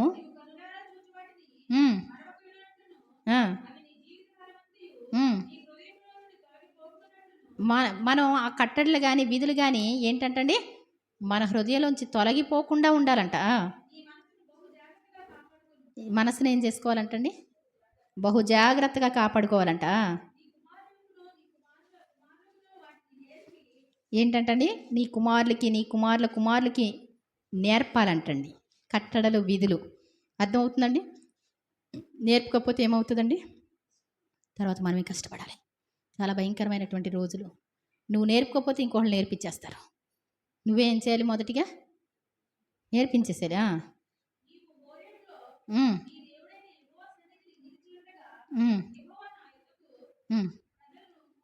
వాళ్ళందరినీ కూరిస్తే కనుక నేను మాట్లాడతా, వారి బ్రతుకు దినాలన్నీ కూడా ఈ మాటలను బట్టి భయపడి నేర్చుకుంటారు అని చెప్తారు దేవుడు. జాగ్రత్త, దేవుని మాటల్ని చిన్నప్పటి నుంచే. మీకు ఎంత ముఖ్యమైన పనులు ఉన్నా, ఎంత ఎగ్జామ్స్ అయినా, హెబ్రోన్ చర్చిలో ఎలా ఉంటుందో, సహస్ర అనేటువంటి ఆవిడ ఏమండి ఐఏఎస్ ఆఫీసర్ కదా, తను ఏంటంటండి, రేపొద్దున ఎగ్జామ్ అన్నా ఈరోజు ఆదివారం ఆరాధనకి వెళ్ళాలంట. ఉన్నారండి, వాళ్ళకి స్పెషల్గా మీటింగులు పెడతారు యవనస్తుల కూడికిలో. ఆ మీటింగ్లు కూడా ఈ రాత్రి అంతా మీటింగ్లో ఉండి తెల్లారి అటెండ్ అవ్వాలంట ఎగ్జామ్కి. ఒక్క పూట ఎగ్జామ్ మామూలుగా ప్రార్థన మాంతే ఊరుకోరండి వాళ్ళు. అర్థమవుతుందండి? కాబట్టి తర్వాత చూడండి ఒకసారి 145:18 కీర్తనలు.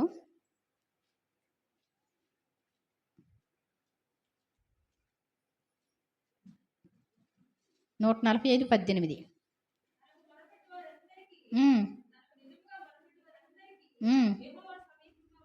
నిజముగా మొరపెట్టేవాళ్ళు. నువ్వు నిజంగా ప్రార్థన చేస్తున్నావు అసలు? నేను పట్టుదలగా ప్రార్థన చేస్తున్నానండి, ఎన్నాళ్ళ నుంచో ప్రార్థన చేస్తున్నానండి, ఆ ప్రార్థనకి ప్రతిఫలం రాలేదని చెప్పగలవా నువ్వు? అసలు నువ్వు చేసిన ప్రార్థన ఏదో నీకు తెలుసా? ఏమండి, నేను చేసిన ప్రార్థనలు అన్నీ జరుగుతూనే ఉంటాయండి, అన్ని అక్షరాలు అలా జరిగినాయండి అన్నవాళ్ళు దేవుని స్తోత్రం చెప్దాం. హల్లెలూయా. ఏమండి, మీకు వస్తున్నాయా జవాబులు? నేను మోకరించాను అనుకోండి, కన్నీరు గార్చాను అనుకోండి, చీటుక్కుమని చేసేస్తాడు అన్న ధైర్యం ఉందా నీకు? ఏమండి, ఆయన చూస్తూ ఉన్నాడు అన్నట్టు ఉండాలి. ఏమండి, నా ముందు ఆయన ఉంటాడు అని చెప్పి మరి జాగ్రత్తగా వచ్చి మనం ఏం చేయాలి? ప్రార్థన చేసుకోవాలి. మరి రామారావు తాతయ్య గారు ఉండేవారు కదా, ఇలా టైం అయింది టీకి, ఏంటంట ఏం చేస్తున్నారు? ప్రార్థన అవ్వలేదా? చేసుకోండి, అభ్యంతరం పెట్టకూడదు. ఏమండి, ఏం చేయకూడదంట? ఇబ్బంది పెట్టకూడదు. ప్రార్థనలో ఉంటే ఏం చేయకూడదు అంటే, దేవుడు ఉంటారు అని వాళ్ళు నమ్మారు కాబట్టి. మామూలు వాళ్ళు ఏమంటారు? ఎంతసేపు చేస్తా చాలే అంటారు మామూలు వాళ్ళు. అర్థమవుతుందండి? దేవుడిని దగ్గరికి వస్తారు. నువ్వే ప్రార్థన చేస్తే ఆ ప్రార్థనకి ఏమవుద్ది? జవాబు వస్తుందని నమ్మి నువ్వు మనసారా ఏం చేయాలి? ఆయన ఉంటారండి. ఏదో విగ్రహం ముందుకెళ్ళి ప్రార్థన చేయకండి. మీరు చక్కగా స్నానం చేయగానే ఏం చేయాలి? దేవుని సన్నిధిలోకి వెళ్ళి మోకరించి ప్రార్థన చేస్తే తప్పకుండా, ఏ టైం అయినా సరే, మీరు స్నానం చేస్తే అని కాదు, ఏ టైంలో అయినా మీకు మనసు ఆయనకి దగ్గరికి మోకరించాలి అనుకుంటే మోకరించి ప్రార్థన చేసుకోండి. ఆయనతో మాట్లాడాలనుకుంటే పనుల్లో కూడా మాట్లాడతారు ఆయన. నిజముగా మొరపెట్టి వారికి ఆయన ఏంటంట? సమీపంగా ఉంటాడంట. మనం మొరపెట్టినప్పుడల్లా సమీపంగా వస్తాడు. ఏంటంటండి? ఎంత పనులు ఉన్నప్పుడు కూడా ఆయన మన దగ్గరికి వచ్చేస్తారంట కదా. మరి అబ్రహాము, ఇస్సాక్ గారు, ఇంకా చాలామంది ఉన్నారు. మనం ఇదే కొంచెం మనకు ఎక్కువైపోద్దండి. కాబట్టి ఈ రోజు నుంచి ప్రార్థన చేయడం ఆరంభిద్దాం. దేవుడు ఏం చేస్తారు? మళ్ళీ దీవిస్తారు, అంతకంతకు హెచ్చిస్తారు. ఎన్ని కష్టాలు వచ్చినప్పటికి కూడా ఇక ముందుకు మమ్మల్ని అంతకంటే డబుల్ ఆశీర్వాదం ఇస్తారు. ఏమండి? ఇస్తారా ఎవరా? మీరు ఇంకా ఇది ఇలా ఉండిపోద్ది అనేసి అనుకోవద్దు. ఏమండి? 100 సంవత్సరాలకు జరగపోయింది కూడా జరుగుద్ది. దేవుని స్తోత్రం చెప్దాం. మా జీవితంలో దేవుడు మాకు దొరికాడు. ఏమండి? దేవుడు దొరికిన వాళ్ళకి ఇంకేం తక్కువ అవదండి. గుర్తుపెట్టుకోండి. దేవుడు ప్రతిరోజు ప్రార్థన చేద్దాం. దేవుని సన్నిధిలో మోకరించి ప్రార్థన చేద్దాం. మీరు ఏది చేస్తారో మీ పిల్లల కోసం ప్రార్థన చేయండి. మోకరించి, భార్య భర్తలు కలిసి మోకరించి, మా పిల్లలు నీ సన్నిధిలో ఉండాలి ప్రభువా. ఏమండి? ఈ మందిరంలో ఇక్కడికి వచ్చి మోకరించాలి. ఏమండి? మా చిన్నమావయ్య గారి కోసం పట్టుదలగా చేసామండి. ఏమండి? ఎంతో టైం కాదు, ముందే వాళ్ళు ఎవరో తప్పు చేస్తున్నారు, వాళ్ళ దేవుడు ఎందుకు శిక్షించరా అన్నారు మావయ్య గారు. మావయ్య ఏమంటున్నాడంటే, ప్రార్థన చేసే వాళ్ళకి తప్పు చేస్తుంటే శిక్ష ఇదేంటి అంటే, తప్పు చేస్తే శిక్ష వస్తుందని తెలిస్తే మనకు కూడా శిక్ష పడద్దని చెప్పి అన్నాను నేను. ఏమండి? అది ఆటోమేటిక్గా తెలియకుండా ఎంతో టైం కాదు, దగ్గరలోనే తనకి నా సెల్లో కూడా ఉంటాయి, అవన్నీ తీసుకొచ్చి ప్రార్థన చేసినవి కూడా. ఏమండి? 2 కాళ్ళు కూడా ఏమైపోయినాయి? అసలు మనిషి మామూలుగా మారారు అని చెప్పడానికి ఎంత అద్భుతమైనటువంటి విషయం అది. వస్తే పాపం మీకు అందరికీ తెలుసు, చాలామందికి తెలుసో లేదో తెలియదు కానీ వస్తే పడిపోతూ ఉండేవారు. ఏమండి? మా చిన్నమ్మ కాలికి ఏదో గడ్డ అయిందిరా, కొబ్బరి నూనె రాయి నీ చేత్తో అంటే ఇలా పెట్టి ఇలా అందామని చూస్తే ఇంత లావైపోయిందండి కాలు. నాకైతే కన్నీళ్ళు వచ్చినాయి. చాలా 7 వారాలు ప్రార్థన పెట్టాము, ఇంత లావైపోయింది కాలు, సన్నటి కాళ్ళు. ఏమండి? సన్నబడిపోయిన కాళ్ళు. నిజంగా మామూలు విషయం కాదు. నిజంగా దేవుడు ఎంత గొప్ప దేవుడో. ఆ తర్వాత ఇక్కడికి వచ్చి ఏమండి వీళ్ళు నీరసంగా కూర్చుంటే, ప్రభువా మామయ్య వచ్చి నీ సన్నిధిలో కూర్చోవాలని ప్రార్థన చేసేవాడు ఆయన అందరూ రాజకుమారి. ఏమండి? ఎలా అయితేనే దేవుడు తీసుకొచ్చారు, బాగు చేసుకున్నారు. నిజంగా దేవుని స్తోత్రం చెప్దాం. ఈ రోజున తన ఆత్మను రక్షించుకోవడానికి కుటుంబంలో ఒక వ్యక్తి, ఇప్పుడు డౌట్ లేదు కదండి, బోర్డుల మందికి వచ్చి వాళ్ళు లేవలేదు. ఏమండి? కానీ అందరూ వచ్చిన వాళ్ళు ఇది పై దెబ్బ, మీరు ఏమైనా చేయించుకోండి అని చెప్పారంట. కానీ నిజంగా ఓపికతో నేను చెప్పాను. నాకు ఎప్పుడు ప్రార్థన చేసినప్పటికీ కూడా మరి ఏవో తాయెత్తులు, ఒక లారీకి తాయెత్తులు కడతారు చూసారా, అవన్నీ ఉండేవి. మావయ్య ఇంకేదో మనసులో ఉన్నాయేమో, దేవుని దగ్గర ఒప్పుకో మావయ్య అంటే, లేవే మొత్తం అన్నీ నేను ఒప్పేసుకున్నాను, ఏమి లేవంటే, మరి రాత్రి కాలం వచ్చింది మావయ్యలాగా అనేసి ఎంతో ఉసురు అనిపించేది చూస్తే. నిజంగా అది మామూలు విషయం కాదు. కానీ నిజంగా తను దేవుని సన్నిధికి ప్రతి వారం మీరు కూడా ప్రార్థన చేసుకోవచ్చు. మా పాలకుల చిన్నమ్మ గారు మా అమ్మ అంటా ఉండేది ఎప్పుడు కూడా, రవ్వంత నొప్పి వచ్చింది, ప్రభా నా భర్తను ముట్టునైనా స్వస్థపరచునైనా, ముందు ఈవిడ తల్లడిల్లిపో, ఆయనకి ఏదైనా పెడదామని టచ్ చేద్దామంటే ఇంజక్షన్ తీశారనుకోండి, ఇంజక్షన్ చేద్దామని, అయ్యి బాబోయ్ మా ఆయన గారికి ఇంజక్షన్ చేస్తారా అన్నట్టు ఉందంట అనేది మా అమ్మ. కొంచెం దేవునికి అప్పచెప్పండి.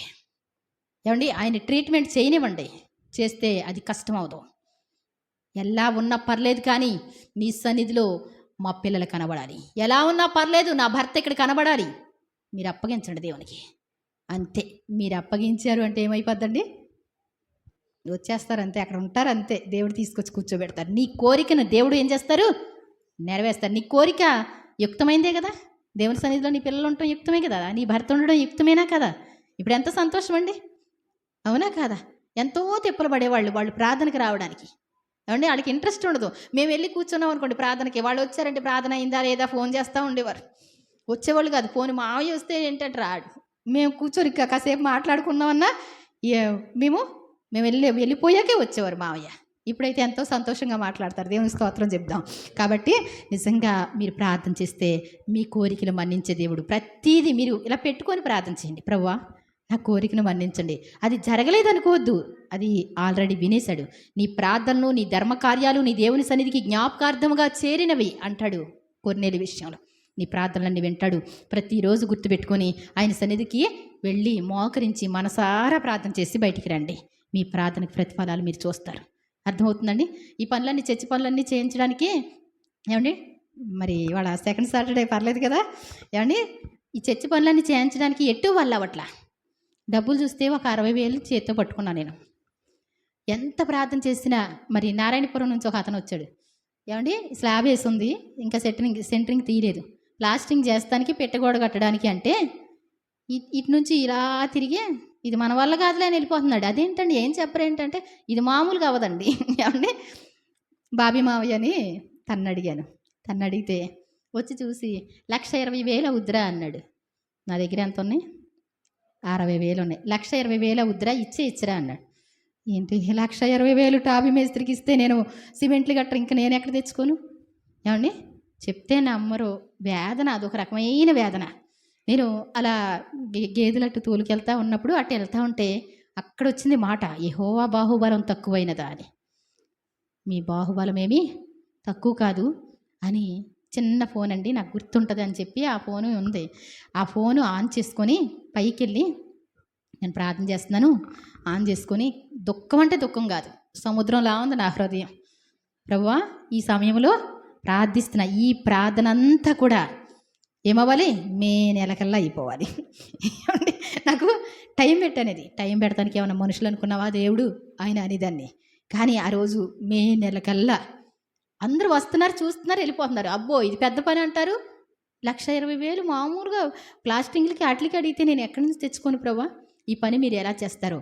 ఆ ప్రార్థనలో ఏంటి అంటే కోపంలో ఉన్నప్పుడు కొన్ని మంచి జరుగుతాయి, కొన్ని నష్టాలు జరిగినప్పుడు కూడా కొన్ని బాగానే జరుగుతాయి. ఏమండి అప్పుడు నేను అన్ని ప్రార్థన చేశాను. ఏంటి అంటే ప్రభువా ప్లాస్టింగ్లు అయిపోవాలి, ఏమండి పెట్టగోడ అయిపోవాలి, వాల్కేర్లు అయిపోవాలి, పెయింట్లు అయిపోవాలి, ఇదంతా కూడా వేస్తున్నాములో మే నెల చివరికల్లా అయిపోవాలి అంతే అని ప్రార్థన చేశాను. ఏమండి పెయింట్లు వేయడానికి అనుకోకుండా మా అన్నయ్య ఇక్కడికి వచ్చేసాడండి. అదంతా అయిందండి. అది ఎంత అంటే మన కంగుల రమేష్ వచ్చాడండి. వస్తే ఎవరిని అడిగినా 1,20,000 1,00,000 అలా చెప్పుకొస్తున్నారు. పెట్టగోడ కట్టాలనా? నేను అరుగు టైల్స్ రద్దు తీసుకొచ్చానండి. 16 మూటలు తీసుకొచ్చాను. ఇదంతా టైల్స్ కాదు, ఎదర మాత్రం వేస్తే అందంగా ఉంటుందేమో అని. ఏమండి 16 మూటలు తీసుకొచ్చి అక్కడ పెట్టాం. ఈ అరుగుకి వేయాలి బాబు అంటే ఇలా పైకి చూసి పెట్టగోడ కట్టకుండా ఎలివేషన్ లేకుండా మొత్తం కింద పడుద్ది కదా అక్క, మరి తర్వాత అరుగు మీద పడితే చిరాకు అవుద్ది కదా అన్నాడు. మరి అది గానా మరి చేసేవాళ్ళు ఎవరు కనపట్లేదు నాన్న అన్న. కట్టేద్దాం అక్క, ఎంత తీసుకుంటావు? ఎంత అంటే 35,000 స్టార్ట్ చేసి అన్నాను. ఏమండి వచ్చాడండి దందనమని. అసలు నా పని ఏడుతాను ఏంటో చూసుకోండి అని అంటే స్టార్ట్ చేసి వదిలిపెట్టాడు అంతే. ఫోన్లేండి అక్కడికే నేను 35,000 కాదు ఇంకో 5,000 కూడా ఎక్స్ట్రా ఇచ్చా. పెట్టగోడలు తీసుకొచ్చేసి ప్లాస్టింగ్ చేయలేదు కానీ వదిలిపెట్టేశాడు. పని కదిలిందండి ఇంకంతే. దేవుడు 60,000కి నేను లెక్క పెట్టుకున్నాను. మొత్తం మెటీరియల్ నాది పట్టినా కానీ 60,000కి ఏమైపోయింది? మొత్తం పనులన్నీ కూడా అయిపోయినాయి, తెలియకుండా అయిపోయినాయి. మే నెల చివరికి అన్నయ్యకి డేట్లు వేసాను. వాళ్ళకి కూడా రే మా చెల్లి తెచ్చి చూసినవాడు పడిపోవాలరా అని ఫోన్ చేసి చెప్తా ఉండేవాడు. తనకి ఎంతో సంతోషంగా చేశాడండి ఈ వర్క్లన్నీ కూడా. ఏంటంట మామూలు కాదురా, కిటికీలు ఉన్నాయారా, మనం ఎరా సిమెంట్ కిటికీలు తెచ్చి పెడతాంరా, ఏమండి పిచ్చి కిటికీలు పెడతాం, ఈ సూపర్ కిటికీలు రా. ఎవరితో చెప్పినా అమ్మ లోపల కూడా టైల్స్ ఇస్తే బాగుండంటే అమ్మో నేను ఏం చేయలేను అన్నయ్య అనేదన్నండి. ఏమండి ఎవరన్నా మరి ఇంకొక చిన్నాన్న కొడుకుతో మాట్లాడి వేస్తే బాగుంటుందిరా, మొత్తం అంతా అయిపోయింది, కొంచెం ఉందిరా, అది ఇది అని చెప్తా ఉండేవాడు. నేను ఎప్పుడు కూడా ₹1 కూడా ఎవరిని ఆశించలేదు, కానీ మొత్తం ప్రార్థనలు చేశాం. నేను చెప్పగలను ఈ మందిరం అంతా ఇలా కట్టబడింది అంటే మీరు చూస్తూనే ఉన్నారు. నేను కాదు, నా దగ్గర లేకుండా ఉన్నప్పుడు కూడా అలా అలా దేవుడు ఇంతవరకు మరి ఎంతో బాగా తీసుకొచ్చాడు. ప్రార్థన లేకపోతే ఏమండి మరి ప్రార్థన వల్లనే పయనము, ప్రార్థన ఏమండి ప్రార్థన ప్రాకారం, ప్రార్థన లేకపోతే పరాజయం అంటండి, విజయం ఉండదు. గుర్తుపెట్టుకోండి. ఏదైనా మీరు మోకరించి ప్రార్థన చేయగలిగితే మీరు ఆశీర్వదింపబడతారు. మోకరించకపోతే మీకు ఆశీర్వాదం ఉండదు, డబ్బులు ఉండవు. ఎక్కడేసాను గొంగళి అంటే ఏమంటే దుప్పటిని తీసుకెళ్ళి ఎక్కడో పడేసాడంటండి. ఎక్కడేసానంటే ఎక్కడేస్తే అక్కడే ఉంటుంది చూసుకో అన్నారంట. దానికి ఏమైనా కాళ్ళు ఉన్నాయా? ఏమండి దానికి కాళ్ళు లేవు కదా, రెక్కలు లేవు కదా. దుప్పటికి ఎక్కడేస్తే అక్కడే ఉంటుంది. ప్రార్థన లేకపోతే మన జీవితాలు కూడా అలాగే ఉంటాయి. నువ్వు పెద్దోళ్ళు అయిపోతారు, అందరూ ఎదుగుతారు, అంతా అయిపోద్ది, కానీ ప్రార్థన మాత్రం మానవద్దు. దేవునికి ప్రార్థన చేద్దాం. ఎంత ప్రార్థన చేసినా దేవుడు వింటాడు. నువ్వు ఏ ప్రార్థనలు అయితే చేస్తావు నీ ఇష్టం. ఒకవేళ ఆత్మల కోసం ప్రార్థన చేయడం అది అసలైన విషయం, పరిశుద్ధాత్మ కోసం ప్రార్థన చేయడం అసలైన విషయం. ఈ రెండు గుర్తుపెట్టుకోండి ఎప్పుడు కూడా. పరిశుద్ధాత్మని నాకు ఇవ్వండి ప్రభు అంటే పరిశుద్ధాత్ముడు అంటండి ప్రార్థనలో గడిపేలా సహాయం చేస్తారంట. ఆ పరిశుద్ధాత్మ ప్రార్థన ఎలా ఉంటుందంటే దేవునికి ఇష్టమైన ప్రార్థన ఉంటుంది. ఏమండి ఆత్మల రక్షణే దేవునికి ఇష్టం అది. కాబట్టి ఆత్మల కోసం ప్రార్థన చేయండి. మరి తప్పకుండా దేవుడు ఏం చేస్తారు? నన్ను అడుగు, జనములు నీకు స్వాస్థ్యంగా, భూమి దిగంతాల వరకు సొత్తుగా ఇస్తాను అన్నాడు. ఏమంటే చేపలు పట్టుకునేటువంటి పేతురు గారితో దేవుడు యేసుప్రభువారు ఏమన్నారు? ఇక నుండి మనుషులు పట్టేవాడుగా మారుతాం. మనుషుల వలన ఏం లాభమండి అనుకుంటారు. ఏమండి చేపలు అయితే అమ్ముకోవచ్చు, ఏమండి మనకుంటే మనం తినొచ్చు అనుకుంటాం. ఏమండి జనముల ఐశ్వర్యం నీ దగ్గరికి తీసుకొస్తాడు. ఏమండి రాజులు నీ ఉదయకాంతికి పరిగెత్తుకొని వస్తారు. కాబట్టి ప్రార్థన చేయడం నిర్లక్ష్యం చేయొద్దు. ఈ రోజు నుంచి ప్రార్థన చేద్దాం. మనకి సమీపంగా ఉంటాడు, మనతో ఉంటాడు, మనతో పాటు నడుస్తాడు ఆయన. కాబట్టి ఈ రోజు నుంచి దేవా, మీరు దేవుడు మనకి దగ్గరగా ఉండటం ఇష్టమేనండి. ఇష్టం ఉన్న వాళ్ళందరూ కూడా మహారాజుల కంటే గొప్పవాళ్ళుగా ఉంటారు. రేపొద్దున నా జీవితంలో మహారాజు కంటే గొప్పవాళ్ళు అవ్వాలంటే ఏం చేయాలి? దేవుడు చెప్పిన ప్రతి మాటలు వినాలి. ఆయన నీ తండ్రి అయిన అబ్రహాము నా ఆజ్ఞలు కట్టడలు అనుసరించాడు, నా ప్రతి మాట విన్నాడు అంటాడు. కాబట్టి మనం ఆయన ప్రతి ఆజ్ఞలు గైకొందాం, ఆయన కట్టడలు అనుసరిద్దాం. ఎవరి కోసమో కాదండి, వచ్చినప్పుడు మాత్రమే నలుగురిలో కాసేపు కూర్చొని వెళ్ళిపోయి ఇంటికాడ అసలు ప్రార్థన లేకపోతే మన జీవితం మారదు. ఏమండి మారద్దండి? మారదు. చక్కగా ఆ పాటలు పాడడం రాదా? పాటలు పెట్టుకొని విని అప్పుడు కాస్తంత మోకరించి ప్రార్థన చేసుకోండి. దేవుడు మిమ్మల్ని ఆశీర్వదిస్తాడు. మీ కుటుంబాలు గొప్ప కార్యాలు చేస్తారు. మీరు ఏది అడిగితే అయ్యా నా బిడ్డల చుట్టూ మీ అగ్ని కంచి ఉంచండి అయ్యా. ఏమండి పిల్లలు పెరగాలి, మనవళ్ళు అందరూ. ఈ రోజున దేవుని యందు భయభక్తులు లేక తమ ఇష్టానుసారమైనటువంటి దేవతలను తెచ్చుకొని ఇళ్లలో పెట్టుకుంటే ఏమవుతుందండి? భర్త భార్యని మొక్కలు కోసేసి ఉడకబెట్టేస్తున్నాడు. ఏమండి ఉడకబెట్టినోడు కనపడుతున్నాయి మొక్కలు ఎక్కడో కలిపేస్తున్నారు. ఒక తల్లి 2 పిల్లలు చెప్తున్నారు, వాళ్ళు ఏడుస్తున్నారు. కనీసం 60 లక్షల పైన తీసుకుపోయిందంట ఒక చిన్న కుర్రోడితో వెళ్ళిపోయి. వాళ్ళిద్దరూ అప్పులు కట్టుకోలేకపోతున్నారు. ఏమండి కుటుంబాల్లో ఎందుకు వస్తున్నాయి ఇటువంటి శాపాలంటే నిజమైన దేవుడు లేడు. ఏమండి సైతాన్ని తీసుకొచ్చి పెట్టుకున్న తర్వాత వాడు ఏమండి చికాకు చేయకపోతే ఏం చేస్తారండి? ఒక కోతిని తెచ్చి ఇంట్లో పెట్టుకున్నామండి, మా డబ్బా పడిపోయిందండి, మా గ్లాసు పడిపోయిందండి, ఇది పడిపోయిందండి. అడకేమవుతాయండి? కోతి ఏం చేస్తుంది? జాగ్రత్త. దేవుడు లేకపోతే సైతాన్ని ఇంట్లో పెట్టుకుంటే నేను ఆలోచించా. అసలు యూట్యూబ్ కొడితే ఏమున్నాయండి? రణగోళ్ళనే ఉన్నాయి. చాలా కుటుంబాలు నాశనం అయిపోతున్నాయి. వాళ్ళకున్న బాధలు కాదండి. నీవు ప్రార్థన చేసే కుటుంబంగా ఉంటే మాత్రం ఈ రోజు నుంచి నీ పిల్లలు లైన్ పడిపోతారు. అంతే. మంచి పేరు తెచ్చుకుంటారు. మళ్ళా వాళ్ళు మంచి కుటుంబం అయిపోతారు. మంచిగా దేవుడు మంచి పొజిషన్లో తీసుకొస్తాడు. ప్రార్థన లేని జీవితాలు అవి పనికిరావండి. నీరు లేని తోట ఎలాంటిదో ప్రార్థన లేని జీవితం అలాంటిది. నీరు లేని తోట బాగుంటుందండి? వదిలిపెట్టేసుకోవడమే కదా. కాబట్టి గుర్తుపెట్టుకుందాం. రోజు కూడా భార్యాభర్తలో మోకరించి ప్రార్థన చేసుకోండి. మన ఇద్దరం అడిగితేనంట దేవుడు ఇస్తారంట. మన పిల్లల కోసం, మన సమస్యల కోసం ప్రార్థన చేద్దామని మీ భర్తలతో చెప్పుకోండి. ఈసారి కాడి నుంచి ఏమండి మీ పిల్లల కోసం ప్రార్థన చేసి మరలా వచ్చే సంవత్సరం మీ పిల్లలు ఇక్కడ ఉండాలి. ఏమండి దేవుని స్తోత్రం చెప్తాం. మళ్ళీ పస్కా కల్లా ఇక్కడ పస్కా తీసుకోవాలి మీ పిల్లలు కానీ మీ భర్తలు కానీ. గుర్తుపెట్టుకోండి. అంత పట్టుదలగా ప్రార్థన చేయండి. ఎప్పుడు చూసినా ఒకళ్ళే రావడం కాదు. అర్థమవుతుందండి? తప్పకుండా మీరు ప్రార్థన చేస్తే మీ పిల్లలు వస్తారు. మరి దేవుడు మీ ప్రార్థన ఆలకిస్తారు. మరి నేను కూడా చేస్తున్నా కాదంట్లా, మేము నాది బట్టి కాదు, నేను చెప్పడానికి చెప్తున్నా, మొత్తం చెప్తున్నా. ఏమండి నేను చెప్పట్లేదండి వాక్యం చెప్తున్నావా చెప్పట్లేదా? మరి ఎందుకని అనుసరించట్లే? ఎందుకు రారు మనుషులు? నాకు అర్థం కాదు. ఏమండి చిన్న అక్క వస్తే మానేస్తారా చర్చికి మీరు? ఏమండి చెల్లి వస్తే మానేస్తారా చర్చికి? ఏమండి పక్కన ఎవరైనా చనిపోతే మనమే మానేయాలి? ఏమండి అర్థమవుతుందా? ఆదివారం వాళ్ళంటే ఒక్కరోజు మానరంటండి. ఎవరు చనిపోయినా మానరంటండి. గుర్తుపెట్టుకోండి. దేవుని సన్నిధి అంటే సంఘబిడ్డలు అంటారు. సంఘబిడ్డలు అంటే పండగప్పుడు లెక్కలేస్తే 100 మంది ఉంటారు. మరి 100 మంది ఎక్కడ ఉంటున్నారండి? ఇక్కడ ఎవరు చూసినా మీ సంఘమే. మా కుమారక్క సంఘం ఎంతమంది లేరనుకున్నారు? చాలామంది ఉన్నారు. కుమారక్క సంఘమే. మరి అసలు చర్చిలోకి రాకపోతే ఎలా కుదురుద్ది? మీకు ఇష్టమేనండి అలాగా చర్చికి రాకుండా ఉంటే? ఏమండి ఏదో ఏ అపవిత్రతలు ఉన్నప్పుడైతే మీ ఇష్టం, అది అంతేనా? తప్పదది. అంతేగాని మంచిగా ఉండి ఏమండి సరదాగా గడపడానికి కాదు. దేవుని సన్నిధిలో దేవుని సమయాన్ని దొంగిలిస్తే అది మంచాల్లో గడపవాలంటండి. ఎలా గడపాలి? మంచం అంటే ఏంటి తెలుసా? మంచం అంటే ఏంటి? ఏదో రోగంతోనో నొప్పితోనో బాధతోనో మంచంలో అంటే మళ్ళీ హాస్పిటల్కి కూడా పోయాలి, 4 రోజులు సెలవు పెట్టాలి. అర్థమవుతుందండి? చాలా జాగ్రత్త. విశ్రాంతి దినాలు మంచం పట్టిస్తాను అని కూడా ఉన్నాయి. మరి ఇశ్రాయేలు ప్రజలు మరి విశ్రాంతి దినాలను అనుసరించలేకపోవడాన్ని బట్టి 70 ఏళ్ల చెరకు అప్పచెప్పాడంట. అక్కడికి వెళ్ళి ఏమండి పరాయి రాజులకి దాసత్వం చేశారు. కాబట్టి విశ్రాంతి దినం నీ సన్నిధి, దేవుని సన్నిధిలో ఎప్పుడు ఉండకూడదు. ఇది ఒక చిన్న పరలోకానికి సంకేతం అనమాట విశ్రాంతి దినం అంటే. కాబట్టి మనం దేవుని సన్నిధిలో ఉండటానికి ఇష్టపడదాం. తప్పకుండా ప్రార్థన చేసేవారిగా ఉందాం ఈ రోజు నుంచి. నేను ఆ ప్రార్థనలో మరి రాసుకోండి, పోండి మీకు గుర్తు లేకపోతే రాసుకొని నేను ఈ ప్రార్థన చేస్తున్నానని గుర్తుపెట్టుకోండి. ఏమండి మేము మా ఇంట్లో ఉపవాస ప్రార్థనలు పెట్టుకునేవాళ్ళం. శుక్రవారం ఉపవాస ప్రార్థన పెడితే 9 గంటలకు పెడితే సాయంత్రం 6 వరకు చేసేవాళ్ళం. ఏమండి 6 వరకు చేసేవాళ్ళం. అందుట్లో ఏమండి నాకేం తెలియదండి. ఇది వాల్కేర్ కానీ టైల్స్ కానీ నాకు బయట ప్రపంచం ఏం తెలియదు. ఏమండి అంటే టైల్స్ అంటే నేను ఉన్నది లేదు, ఎవరి ఇళ్ళకి వెళ్ళి తిరిగింది ఏమి లేదు, వాల్కేర్ కూడా తెలియదు నాకు. కానీ వింటాం కదా, విన్నదాన్ని బట్టి ఆ బుక్ మొన్న ఈ మధ్యన దొరికిందండి మా షెల్ఫ్లో. ఏమని చర్చి స్లాబ్ అవ్వాలి, వాల్కేర్ అవ్వాలి, సీలింగ్ అవ్వాలి, టైల్స్ అవ్వాలి, మొత్తం రాసేసి ఉన్నాయి. మాకు అప్పుడు ఏమీ లేదు. ఓన్లీ మామూలు కష్టం కాదు నేను పడింది. 2-3 సంవత్సరాలు నలిపాడు దేవుడు. చాలా నార్మల్ కాదండి అసలు. ఎంత పాటలు పాడడం, ప్రార్థన చేయడం, ఆలోచించడం ఇంతే. ఎంత నానా బాధలు పడ్డాం.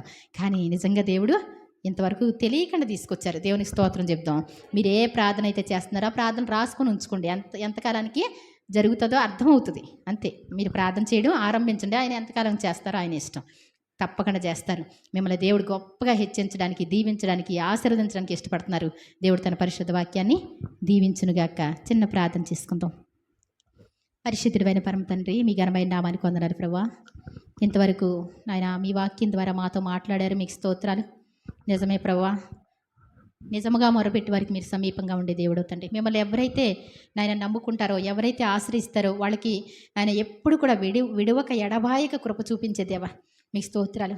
ఆయన దేవుని ప్రేమించే వారికి అనగా ఆయన సంకల్పం చొప్పున పిలువబడిన వారికి మేలు కలుగుటకై సమస్తం సమకూడి జరుగుచున్నవని ఎరుగుదమన్నారు. అది కష్టమైన, నష్టమైన, ఇరుకైన, ఇబ్బంది అయిన, శోధనైనప్పటికీ కూడా అబ్రహాము, ఇస్సాకు గారి జీవితాల్లో నాయన ఎంతో కష్టాలు అయినప్పటికీ కూడా అవన్నీ కూడా మేలు కోసం జరిగించేవారు. నాయన రాజుల కంటే బహు బలం గలవారిగా వారిని నాయన హెచ్చించారు. నిజంగా వారు ఏ ప్రార్థన చేస్తే ఆ ప్రార్థనలు మీరు ఆలకించారు. నిజంగా రాజుల కోసం ప్రార్థన చేసినప్పుడు ఆయన రాజుల కోసం కూడా చెప్పించారు, అతడు నీ కోసం ప్రార్థన చేస్తాడు అని. నిజంగా ప్రభువా, మేమందరం కూడా అనేకుల కోసం ప్రార్థన చేయగలిగిన వారిగా తయారవడానికి సహాయించండి. ఈరోజే మీ పరిశుద్ధాత్మ శక్తిని మాకు ఇవ్వండి. మీ సన్నిధిలో ఎక్కువ ప్రార్థించే వారిగా మమ్మల్ని తయారు చేసుకోండి. ఎప్పుడు విశ్రాంతి దినం నీ మానకుండా మీ సన్నిధిలో ప్రతి ఒక్కరు కనబడుదురుగాక, వారి కుటుంబస్తులందరూ కనబడుదురుగాక, భర్తలు, పిల్లలు నాయన అందరూ కూడా నీ సన్నిధిలో కనబడాలని ప్రార్థిస్తూ నాయన అనేకులకు నీ సువార్తను ప్రకటించే బాధ్యత మాకు ఉంది అని నాయన ప్రతి ఒక్కరు తెలుసుకోవడానికి, అనేకులకు సువార్తను తెలియచెప్పడానికి, వాళ్ళ కోసం మోకరించి ప్రార్థన చేయడానికి కూడా మీరే కృప చూపించి వారిని నీ సన్నిధిలో అప్పగించడానికి నాయన బిడ్డలకి కావలసినటువంటి ఆత్మశక్తిని అనుగ్రహించమని ప్రార్థిస్తూ విన్న వాక్యం మాలో ఫలింప చేయమని యేసు ప్రభువారి దివ్యనామమున వేడుకుంటున్నాను తండ్రి. ఆమేన్. వందనాలు. Okay, God bless.